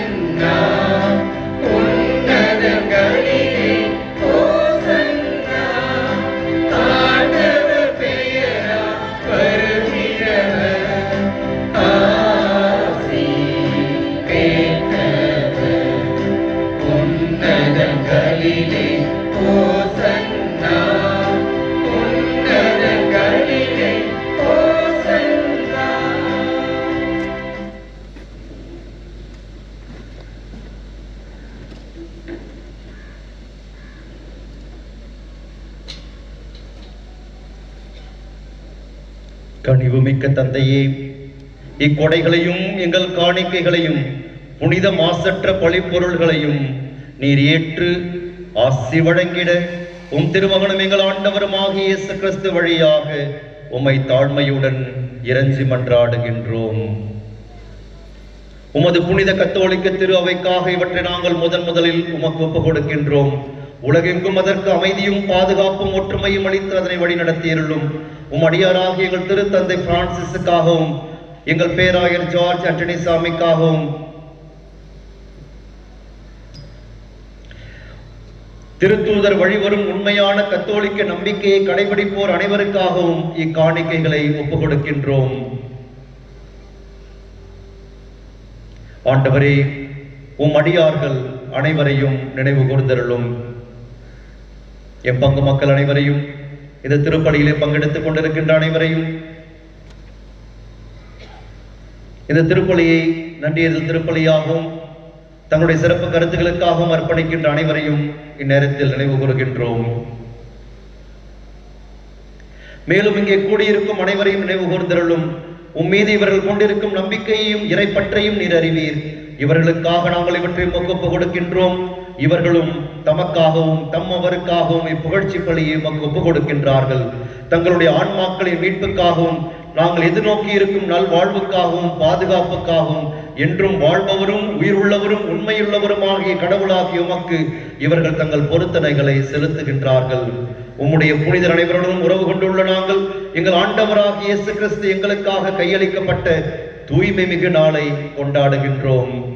முதலாக இறைவனும் எங்கள் ஆண்டவருமாகிய அதே இயேசு கிறிஸ்துவின் தாயும் என்றும் கண்ணியுமான மாட்சிமிக்க மரியாவையும் அதே கண்ணியின் கணவரான புனித யோசேப்பையும் திரு தூதர்களும் மறைசாட்சியருமான பேதுரு, பவுல், அந்திரேயா, யாக்கோபு, யோவான், தோமா, யாக்கோபு, பிலிப்பு, பர்த்தாலமேயு, மத்தேயு, சீமோன், ததேயு, Linus, Cletus, Clement, Sixtus, Cornelius, Cyprian, Lawrence, கிறிஸ்டோபனுஸ், ஜான், பால், கோஸ்மாஸ், தமியான் ஆகியோரையும் வணக்கத்துடன் நினைவு கூறுகின்றோம்.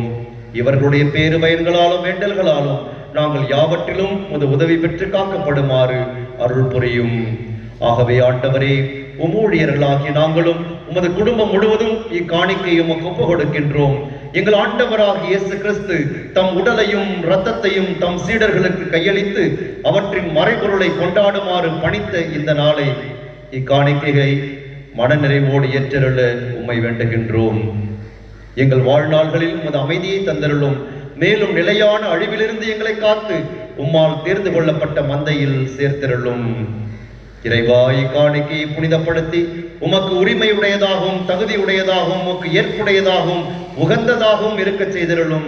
இவ்வாறும் அன்பு திருமகனும் எங்கள் ஆண்டவருமான இயேசு கிறிஸ்துவின் உடலாகவும் இரத்தமாகவும் இது மாறுவதாக. அவர் எங்கள் மீட்புக்காகவும் அனைவருடைய மீட்புக்காகவும் தாம் பாடுபடுவதற்கு முந்திய நாள், அதாவது இன்று, வணக்கத்துக்குரிய தம் திருக்கைகளில் அப்பத்தை எடுத்து வான் நோக்கி கண்களை உயர்த்தி எல்லாம் வல்ல இறைவனும் தம் தந்தையுமாகிய உமக்கு நன்றி செலுத்தி ஆசி வழங்கி அப்பத்தை பிட்டு தம் சீடர்களுக்கு அளித்து கூறியதாவது: அனைவரும் இதிலிருந்து பெற்று உண்ணுங்கள், ஏனெனில் இது உங்களுக்காக கையளிக்கப்படும் என் உடல்.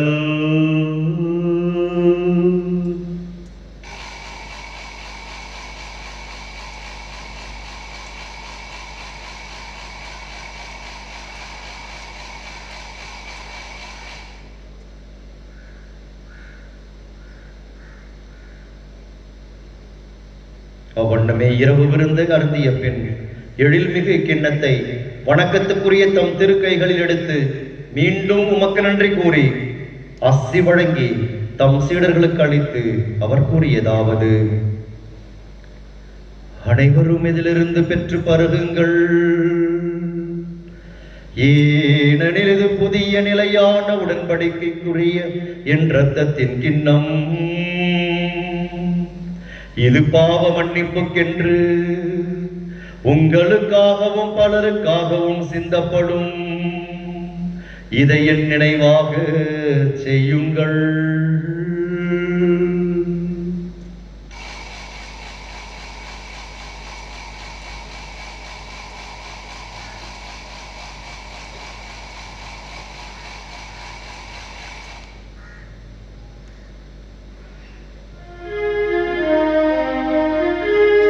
நம்பிக்கையின் மறைபொருள்.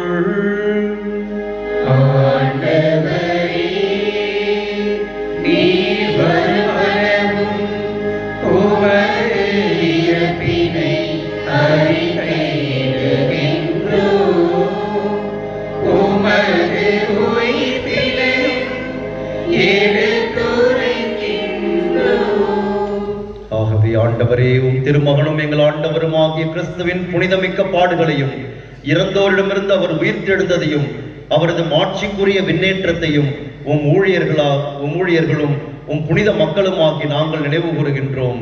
நீர் எங்களுக்கு வழங்கியுள்ள கொடைகளிலிருந்து நிலை வாழ்வு தரும் புனித அப்பத்தையும் முடிவில்லா மீட்பளிக்கும் திரு கிண்ணத்தையும் தூய புனித மாசற்ற பழிப்பொருளாக மாண்புக்குரிய உமக்கு நாங்கள் ஒப்புக் கொடுக்கின்றோம். இவற்றை இரக்கத்துடனும் கனிவுடனும் கண்ணோக்கியருளும். நீதிமானாகிய ஊழியன் ஆபேலின் காணிக்கைகளையும் எங்கள் நம்பிக்கையின் தந்தை ஆபிரகாமின் பலியையும் உம்முடைய தலைமை குரு மெல்கிசேதேக்கு உமக்கு அளித்த காணிக்கைகளையும் நீர் உளம் கனிந்து ஏற்றுக்கொண்டது போல இவற்றையும் புனித பலியாகவும் மாசற்ற பழிப்பொருளாகவும் ஏற்றுக்கொள்ளும். எல்லாம் வல்ல இறைவா, உம்முடைய வானதூதர் தம் திருக்கைகளால் இப்பழிப்பொருள்களை மாண்புக்குரிய உமது விண்ணக திருப்பீடத்துக்கு எடுத்துச் செல்ல வேண்டும் என உம்மை பணிந்து வேண்டுகின்றோம். இத்திருப்பீடத்திலிருந்து உம்முடைய திருமகனின் புனிதமிக்க உடலையும் இரத்தத்தையும் பெறுகின்ற நாங்கள் அனைவரும் எல்லா விண்ணகாசியையும் அருளையும் நிறைவாக பெற்றுக்கொள்ளச் செய்திருளும்.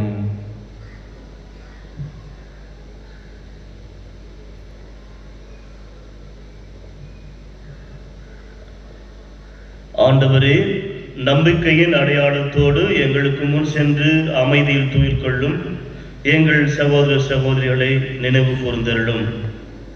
ஆண்டவரே, இவர்களுக்கு கிறிஸ்துவில் இளைப்பாறும் அனைவருக்கும் ஆறுதலும் ஒளியும் அமைதியும் நிறைந்த இடத்தை ஈந்திட வேண்டும் என இறைஞ்சி மன்றாடுகிறோம். பாவிகளாகிய அடியார்கள் நாங்களும் உமது பேரிரக்கத்தை எதிர்நோக்கி இருக்கின்றோம்.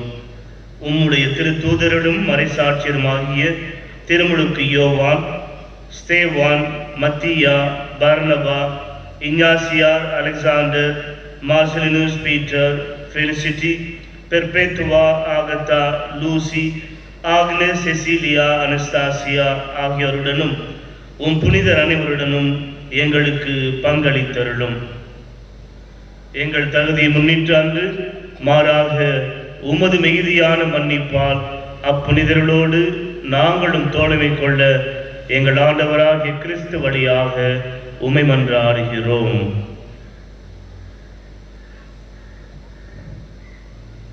இவர் வழியாகவே ஆண்டவரே, நீர் இவற்றையெல்லாம் எப்போதும் நல்லவையாக்கி புனிதப்படுத்தி ஓய்வித்து ஆசி அளித்து எங்களுக்கு வழங்குகின்றீர்.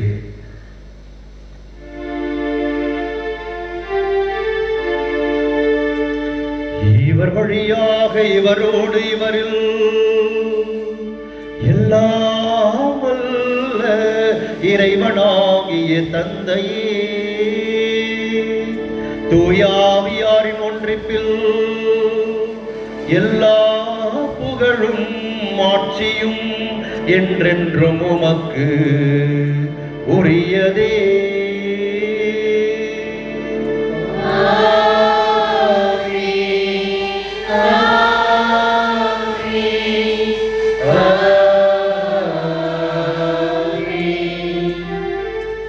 மீட்பரின் கட்டளையால் கற்பிக்கப்பட்டு இறைப்படைப்பினையால் பயிற்சி பெற்ற நாம் துணிந்து பாடுவோம்.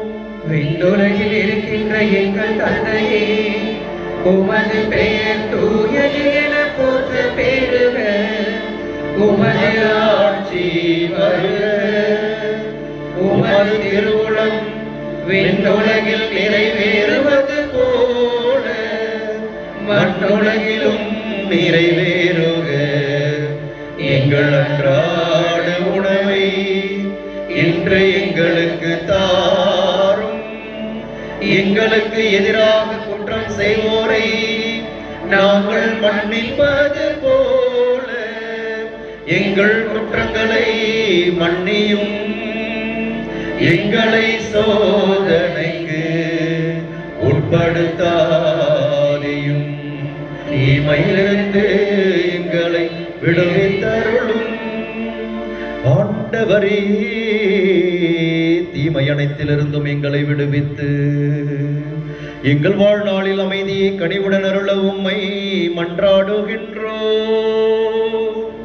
உமது இரக்கத்தின் உதவியால் நாங்கள் பாவத்திலிருந்து எப்போது விடுதலை பெற்று யாதொரு கலக்கமும் இன்றி நலமாயிருப்போமாக. நாங்கள் இது நோக்கி இருக்கும் பேரின்பத்துக்காகவும் எம் மீட்பராகிய இயேசு கிறிஸ்துவின் வருகைக்காகவும் காத்திருக்கின்றோம். ஆட்சியும் வல்லமையும் ஆட்சியும் என்றென்றும் உமதே. ஆண்டவரே இயேசு கிறிஸ்துவே, அமைதியை உங்களுக்கு விட்டு செல்லுகின்றேன், என் அமைதியையே உங்களுக்கு அளிக்கின்றேன் என்றும் திருத்தூதர்களுக்கு மொழிந்தீரே. எங்கள் பாவங்களை பாராமல் உமது திரு அவையின் நம்பிக்கையை கண்ணோக்கி உமது திருவுளத்துக்கு ஏற்பதற்கு அமைதியையும் ஒற்றுமையையும் அளித்தருள்வீராக. என்றென்றும் வாழ்ந்து ஆட்சி செய்கின்றவர் நீரே.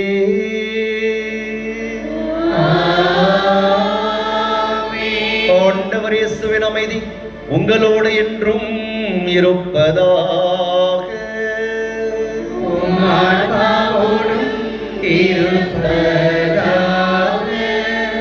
இயேசு நமக்கு அளித்த அமைதியை ஒருவரோடு ஒருவர் பகிர்ந்து மகிழ்வோம்.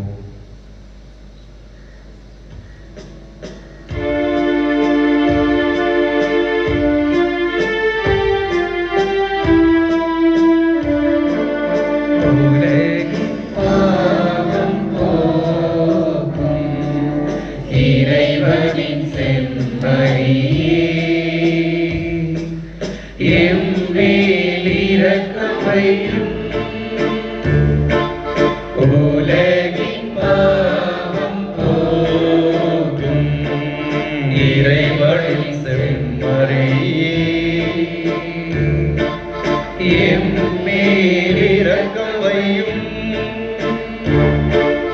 உலகின் பாவம் போக்கும் இறைவனின் செம்மறியே, எமக்கு அமைதி அருளும். எமக்கு அமைதி அருளும்.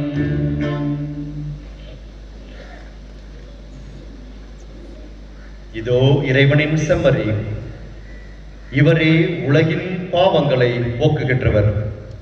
தன்னுடைய திரு உடலையும் திரு ரத்தத்தையும் நமக்கு உணவாக கொடுத்த இறைமகன் இயேசு கிறிஸ்து இவரே. இவ்வாறு தன்னுடைய அன்பை முழுமையாக நமக்கு எண்பித்து காட்டியவர் அவரே. இந்த செம்மறியின் திருவிருந்துக்கு அழைக்க பெற்றிருக்கின்ற நாம் அனைவரும் உண்மையிலேயே பேறு பெற்றோர். ஆண்டவரே, நீர் இல்லத்தில் எழுந்திருந்த நான் தகுதியற்றவர், ஆனால் ஒரு வார்த்தை மட்டும் சொல்லுகிறனும் எனது ஆன்மா நலமடையும். இறை மக்களின் கவனத்திற்கு திவ்ய நற்கருணையானது கரங்களில் மட்டும் வழங்கப்படும்.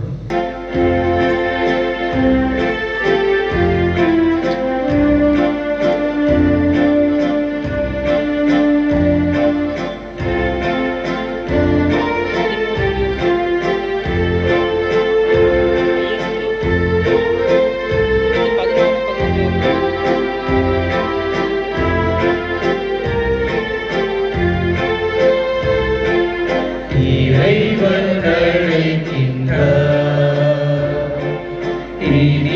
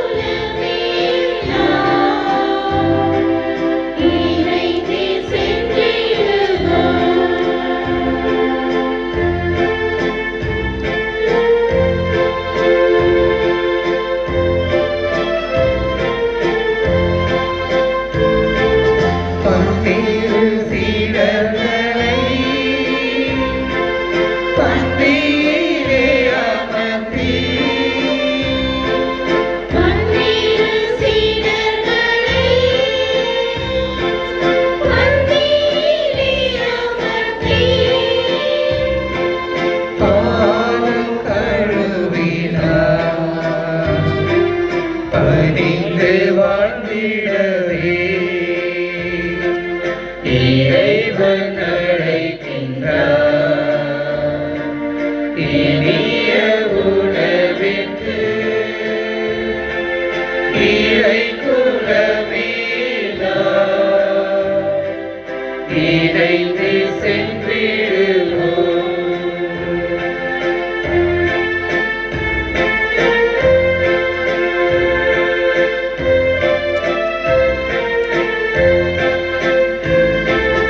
அப்பத்தை கையெடுத்து அன்புடனே கொடுத்து அப்பத்தை கையெடுத்து அன்புடனே கொடுத்து இது என் உடல் என்றார் எல்லோரும் உண்ணும் என்றார் இறைவன் அழைக்கின்றார் எளிய உணவிற்கு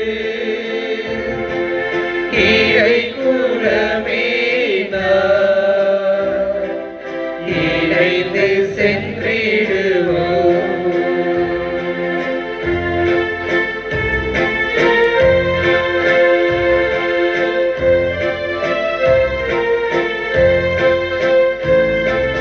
ரசத்தை கையெடுத்து என் ரத்தம் என்றுரைத்தார். ரசத்தை கையெடுத்து என் ரத்தம் என்றுரைத்தார் எல்லாரும் பருகுவே என்னாலும் வாழ்ந்திடவே இறைவன் அழைக்கின்றார் இனிய உணவிற்கு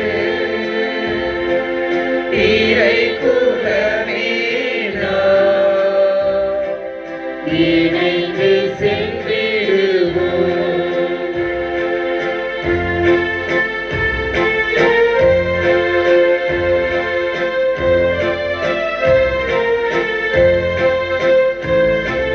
புதிய உடன்பாட்டின் புனித சின்னமாக புதிய உடன்பாட்டின் புனித சின்னமாக புனிதர் அழைக்கின்றார் பூசித்து வாழ்ந்திடவே இறைவன் அழைக்கின்றார் இனிய உணவிற்கு இறை குலமே நாம் இணைந்து சென்றிடுவோம். பிரியமானவர்களே,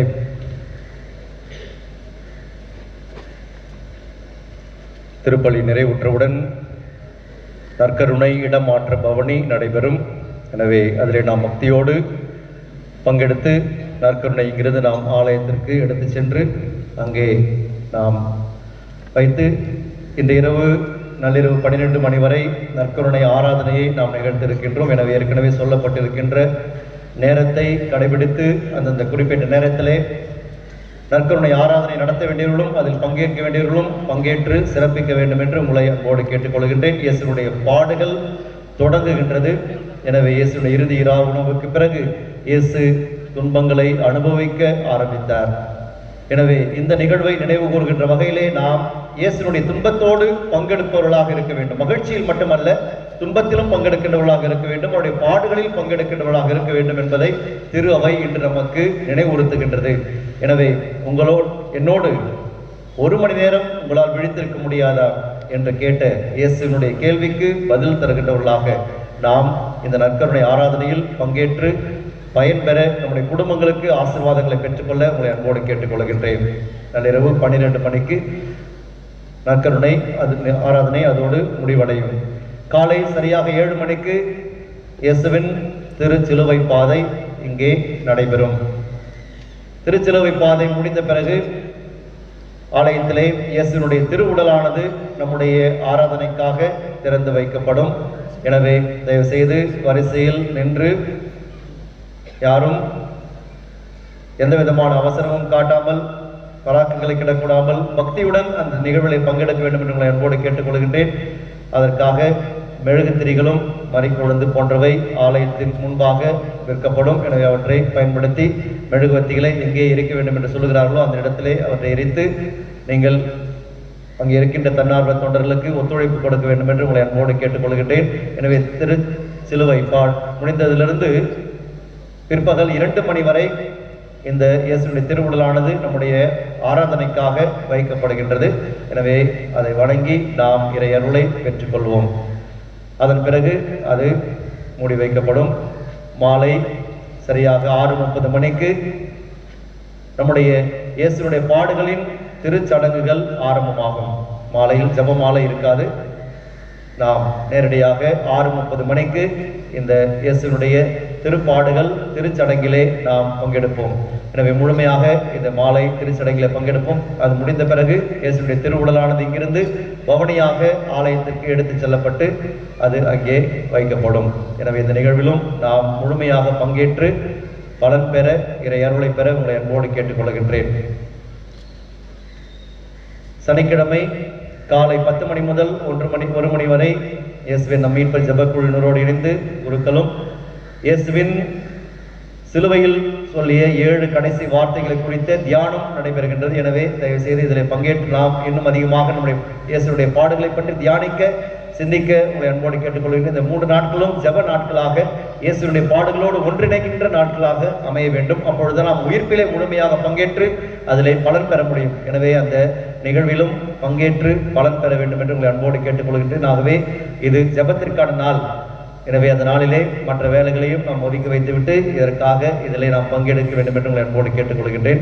பங்கெடுக்கின்றவர்களுக்கு மிக எளிமையான மதிய உணவு வழங்கப்படும். மாலையில் 6 மணி முதல் 8 மணி வரை ஒவ்வொரு அருள் அடையாளம் வழங்கப்படும் சனிக்கிழமை. எனவே அதிலும் முழுமையாக பங்கேற்று பாஸ்கா விழாவுக்காக தயாரிக்க உங்களை கேட்டுக்கொள்கின்றேன். நாளை சிலுவை பாதையின் பொழுதும் அருள் தந்தை அவர்கள் ஒவ்வொரு அருள் அடையாளம் வழங்குவார்கள் கர்த்தருடைய ஆலயத்திலே. எனவே அதிலும் பங்கெடுக்கலாம். மாலையிலும் இந்த திருச்சடங்குகளுக்கு முன்பாக 5 மணியிலிருந்து அவர் ஒவ்வொரு அருள் அடையாளம் கேட்பார்.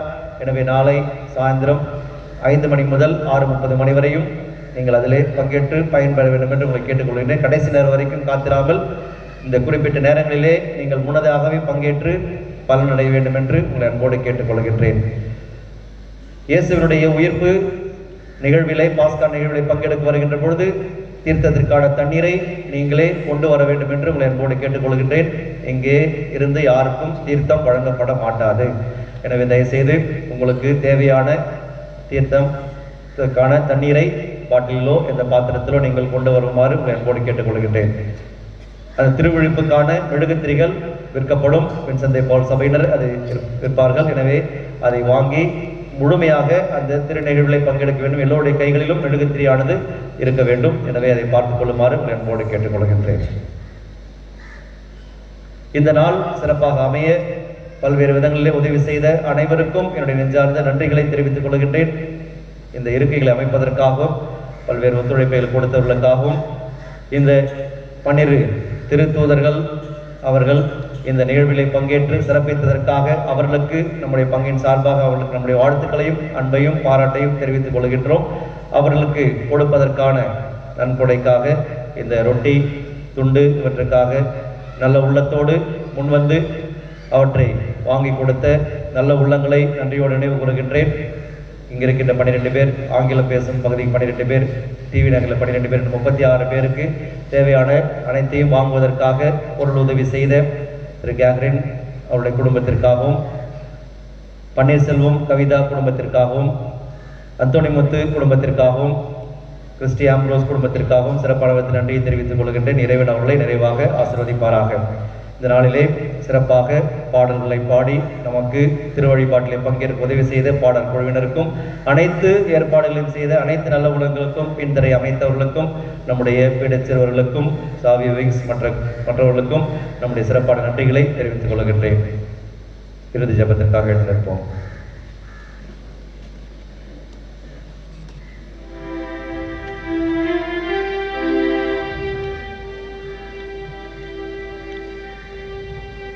இயேசு குருத்துவத்தை ஏற்படுத்திய நாளிலே நம்முடைய பங்கின் அருள் தந்தையர்களுக்காக தொடர்ந்து ஜெபிப்போம்.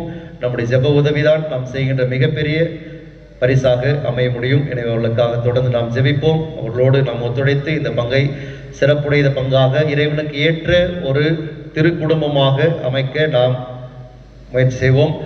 அவர்களுக்காக ஜெபிக்கின்ற வேளையிலே இன்று அவர்களுக்கு நம்முடைய வாழ்த்துக்களை தெரிவிப்போம். எனவே அருள் தந்தையர்கள் அனைவருக்கும் பங்கு மக்கள் அனைவரின் சார்பாக என்னுடைய நெஞ்சார்ந்த வாழ்த்துக்களை தெரிவித்துக் கொள்கிறேன். அவர்கள் பல இடங்களிலே திருப்பலி நிறைவேற்றிக் கொண்டிருக்கின்றார்கள். அவர்கள் அனைவருக்கும் நம்முடைய வாழ்த்துக்களும் ஜெபங்களும் நம்மோடு திருப்பலி இணைந்த அருள் தந்தை நல்லாயன் அவர்களுக்கும் அருள் தந்தை மேத்யூ அவர்களுக்கும் சிறப்பான வாழ்த்துக்களையும் பாராட்டுகளையும் தெரிவித்துக் கொள்கின்றேன்.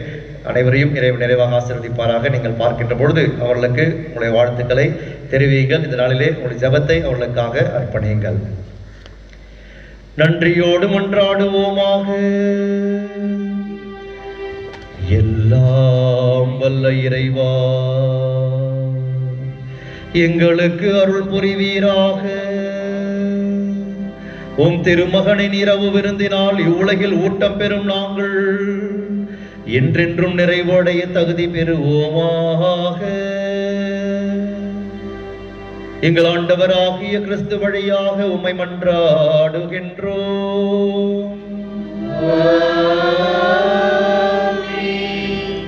ஆண்டவர் உங்களோடு இருப்பாராக.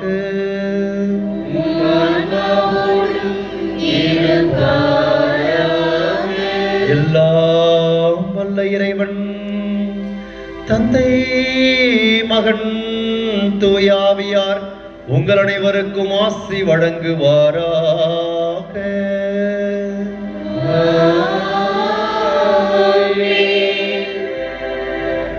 இறைவனின் அன்பிலும் அமைதியிலும் வாழ சென்று வாருங்கள். வாழ்க்கை பழி தொடர்கின்றது.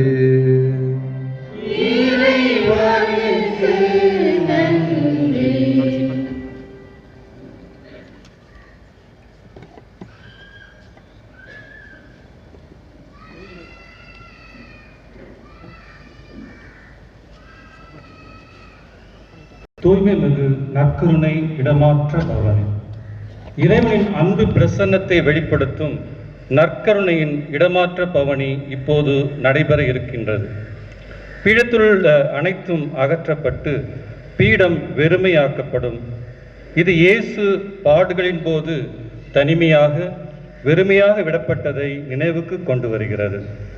தாம் அனுபவிக்க போகும் துன்பமான பாடுகளையும் மரணத்தையும் அறிந்த இயேசு தம்முடைய அன்பு தந்தையிடம் வேண்டல் செய்ய கெத்சமனி தோட்டத்திற்கு தம்முடைய சீடர்களோடு சென்றார்.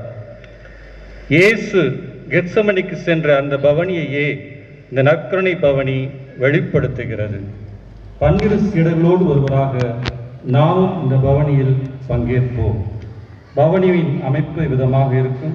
சிலுவை தாங்குவோர், தூப பணியாளர், நற்கருணை தாங்கும் குரு, இரு பக்கம் எரியும் திரிகளுடன் பணியாளர், தொடர்ந்து பாதம் கழுவப்பட்ட 12 பேரும், இறுதியில் இறை மக்களும் பவனியில் கலந்து கொள்வோம்.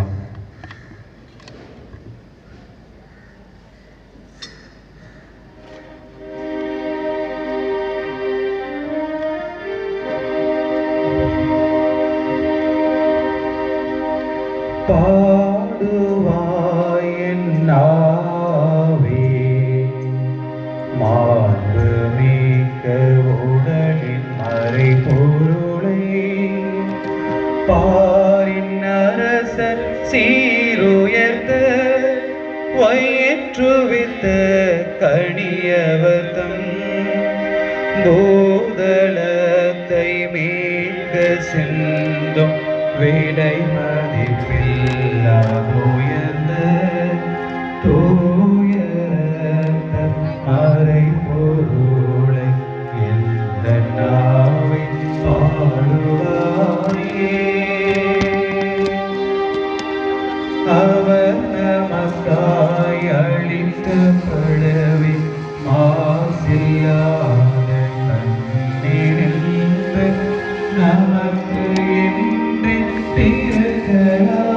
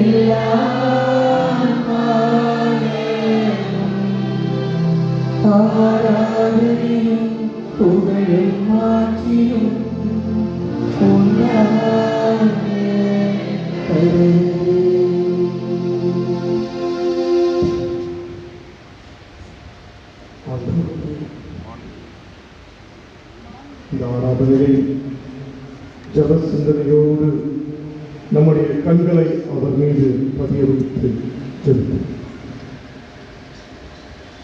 ஒரே குரலாக மாண்புய கீதம் பாடி ஆண்டவரை ஆராதிப்போம்.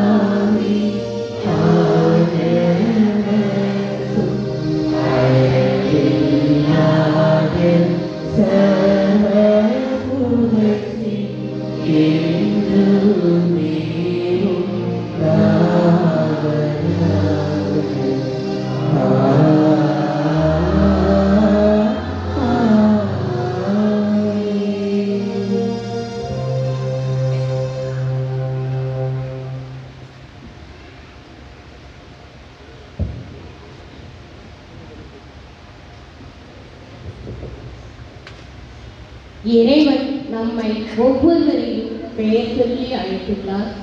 இன்று இறைவன் நமக்காக பாடுபட்டார், நமது பாவங்களுக்காக காயப்பட்டார். எண்ணிலடங்கா வேதனைகளையும் துன்பங்களையும் அனுபவித்த இறைவனுக்கு ஆறுதல் கூற அன்று ஒருவருமே இல்லை. உமக்கு ஆறுதல் அளிக்கவும் உமது விருப்பத்தை நிறைவேற்றவும் இதோ உமது பிள்ளைகள் கூறும் ஆறுதல் நிறைந்த வார்த்தைகளை ஏற்றுக்கொள்ளும். அன்பு தகப்பனே, நாங்கள் எங்கள் உள்ளங்கள் தூய்மையோடு இருந்து உங்கள் காரில் கூற எங்களை நான் உணர்கின்றேன். என் பாவம் எப்பொழுதும் என் மனக்கண் முன் நிற்கின்றது. உங்கள் பதில்? கடவுளே, உமது பேரன்புக்கு ஏற்ப எனக்கு இறங்கும். உமக்கு எதிராக நான் பாவம் செய்தேன், உம் பார்வையில் தீயில் செய்தேன். எனவே உம் தீர்ப்பினால் உம் நீதியை வெளிப்படுத்தியுள்ளேன். உம் தண்டனை தீர்ப்பில் நீ மாசவற்ற விளங்குகின்றேன். உங்கள் பதில்? இதோ தீவினையோடு என் வாழ்வை தொடங்கினேன், பாவத்தோடு என் அன்னை என்னை கருத்தாங்கினாள்.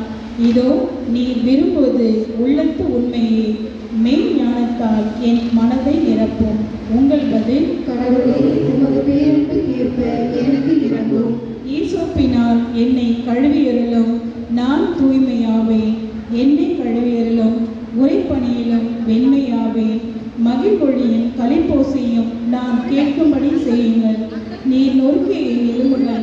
கூறுவனவாக. உங்கள் பதில் கடவுளே, உமது பேரன்பிற்கேற்ப எனக்கு இரங்கும். என் பாவங்களை பாராதபடி உன் முகத்தை மறைத்துக் கொள்ளும். என் பாவக்கரைகளை எல்லாம் துடைத்தருளும். கடவுளே, தூயதோர் உள்ளத்தை என்னுள்ளே படைத்தருளும். உறுதி தரும் ஆவியை, புதுப்பிக்கும் ஆவியை என்னுள்ளே உருவாக்கியருளும். உங்கள் பதில் கடவுளே, உமது பேரன்பிற்கேற்ப எனக்கு இரங்கும். முன்னிலையில் என் தள்ளிவிடாதேயும், உமது தூய ஆவியை என்னிடமிருந்து எடுத்துவிடாதேயும். உன் மீட்பின் மகிழ்ச்சியை மீண்டும் எனக்கு அளித்தருளும். தன்னாக மனம் தந்து என்னை தாங்கியருளும். உங்கள் பதில் கடவுளே, உமது பேரன்பிற்கேற்ப எனக்கு இரங்கும். அப்பொழுது குற்றம் செய்தோருக்கு உம் வழிகளை கற்பிப்பேன். பாவிகள் உம்மை நோக்கி திரும்புவர். கடவுளை, எனது மீட்பின் கடவுளை, இரத்த பழி நின்று என்னை விடுவித்தருளும். அப்பொழுது என் நான் உமது நீதியை முன்னிட்டு பாடும். உங்கள் பதில் கடவுளே, உமது பேரன்பிற்கேற்ப எனக்கு இரங்கும்.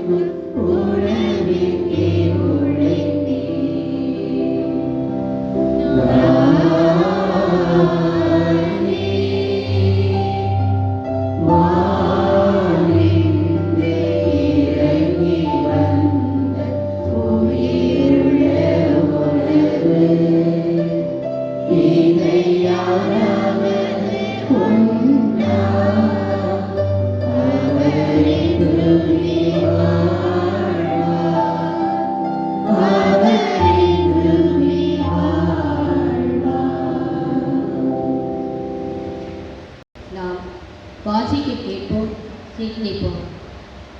இயேசுவும் சீடர்களும் வெஸ்தமினி என்னும் பெயர் கொண்ட ஓர் இடத்திற்கு வந்தார்கள். அங்கே அவர் தம் சீடரிடம், நான் இறைவனிடம் வேண்டும் வரை நீங்கள் இங்கே அமர்ந்திருங்கள் என்று கூறி பேதுரு, யோவான், யாக்கோப்பு ஆகியோரை தம்முடன் கூட்டிச் சென்றார். அப்பொழுது அவர் திகிலும் மனக்கலக்கமும் அடையத் தொடங்கினார். அவர், எனது உள்ளம் சாவு வரும் அளவுக்கு ஆழ்துயரம் கொண்டுள்ளது. நீங்கள் இங்கேயே தங்கி விழித்திருங்கள் என்று அவர்களிடம் கூறினார். சற்று அப்பால் சென்று தரையில் விழுந்து முடியுமானால் அந்த நேரம் தம்மை விட்டு விலகுமாறு இறைவனை வேண்டினார். அப்பா, தந்தையே, எல்லாம் உம்மால் இயலும். இத்துன்ப கண்ணத்தை என்னிடமிருந்து அகற்றும். ஆனாலும் என் விருப்பப்படி அல்ல, உன் விருப்பப்படியே நிகழ்த்தும் என்று கூறினார். அதன் பின்பு அவர் வந்து அவர்களை உறங்கிக் கொண்டிருப்பதைக் கண்டு பேதுருவிடம், சீமோனே, உறங்கிக் கொண்டாயிருக்கிறாய்? 1 மணி நேரம் கூட விழித்திருக்க உனக்கு வலுவில்லையா? உங்கள் மனம் ஆர்வம் உடையதுதான், ஆனால் உடல் ஒருவற்றது. எனவே சோதனைக்கு உட்படாதிருக்க வீழ்த்திருந்து இறைவனிடம் வேண்டுங்கள் என்றார். சற்று நேரம் நமக்கு முன்பாக நமக்காக நாம் வாழும் பொருட்டு தனது கடைசி சொட்டு இரத்தத்தையும் கொடுத்து மீட்ட ஆண்டவருடைய அன்பை நம்முடைய உள்ளத்தில் எண்ணி பார்த்து அவர் மீது கண்டறிந்து அமைதியாக செல்வோம். உலகம் உறுப்பும் கவர்ச்சிகள், மொபைல் போன் கொள்ளைகள், கொரோனா தொற்று பயம், இதன் மத்தியில் இதோ இந்த இரவு வேளைகள் ஆண்டவருடைய இரவு கடைசி ராப்பாசனத்தில் பங்கேற்று இந்த ஆராதனையில் பங்கெடுக்க வந்திருக்கின்றன. நம்முடைய சிந்தனைகளை சிந்திரப்பட்டு அன்று ஆண்டவர் 1 மணி நேரம் விழித்திருந்து ஜெபிக்க முடியாதா என்று கூறிய அதே இயேசு நம்மை பார்த்து கூறுகிறார். இன்னும் சற்று நேரத்தில் நாம் இங்கிருந்து நம்முடைய எண்ணங்களால் சிதறடிக்கப்படுவோம். ஆனால் ஆண்டவர் மீது அன்பு இருந்தால் நாம் இங்கிருந்து செல்வதற்கு யோசிப்போம். குறைந்தது 1/2 மணி நேரமாவது ஆண்டவருக்காக அவரை நோக்கி ஜெபிக்கவும், அவருடைய பாடுகளை மன்னிதலும், அவர் நம் மீது வைத்த அன்பை நம்முடைய உள்ளத்தில் நிறுத்தி அமைதியாக ஜெபிப்போம்.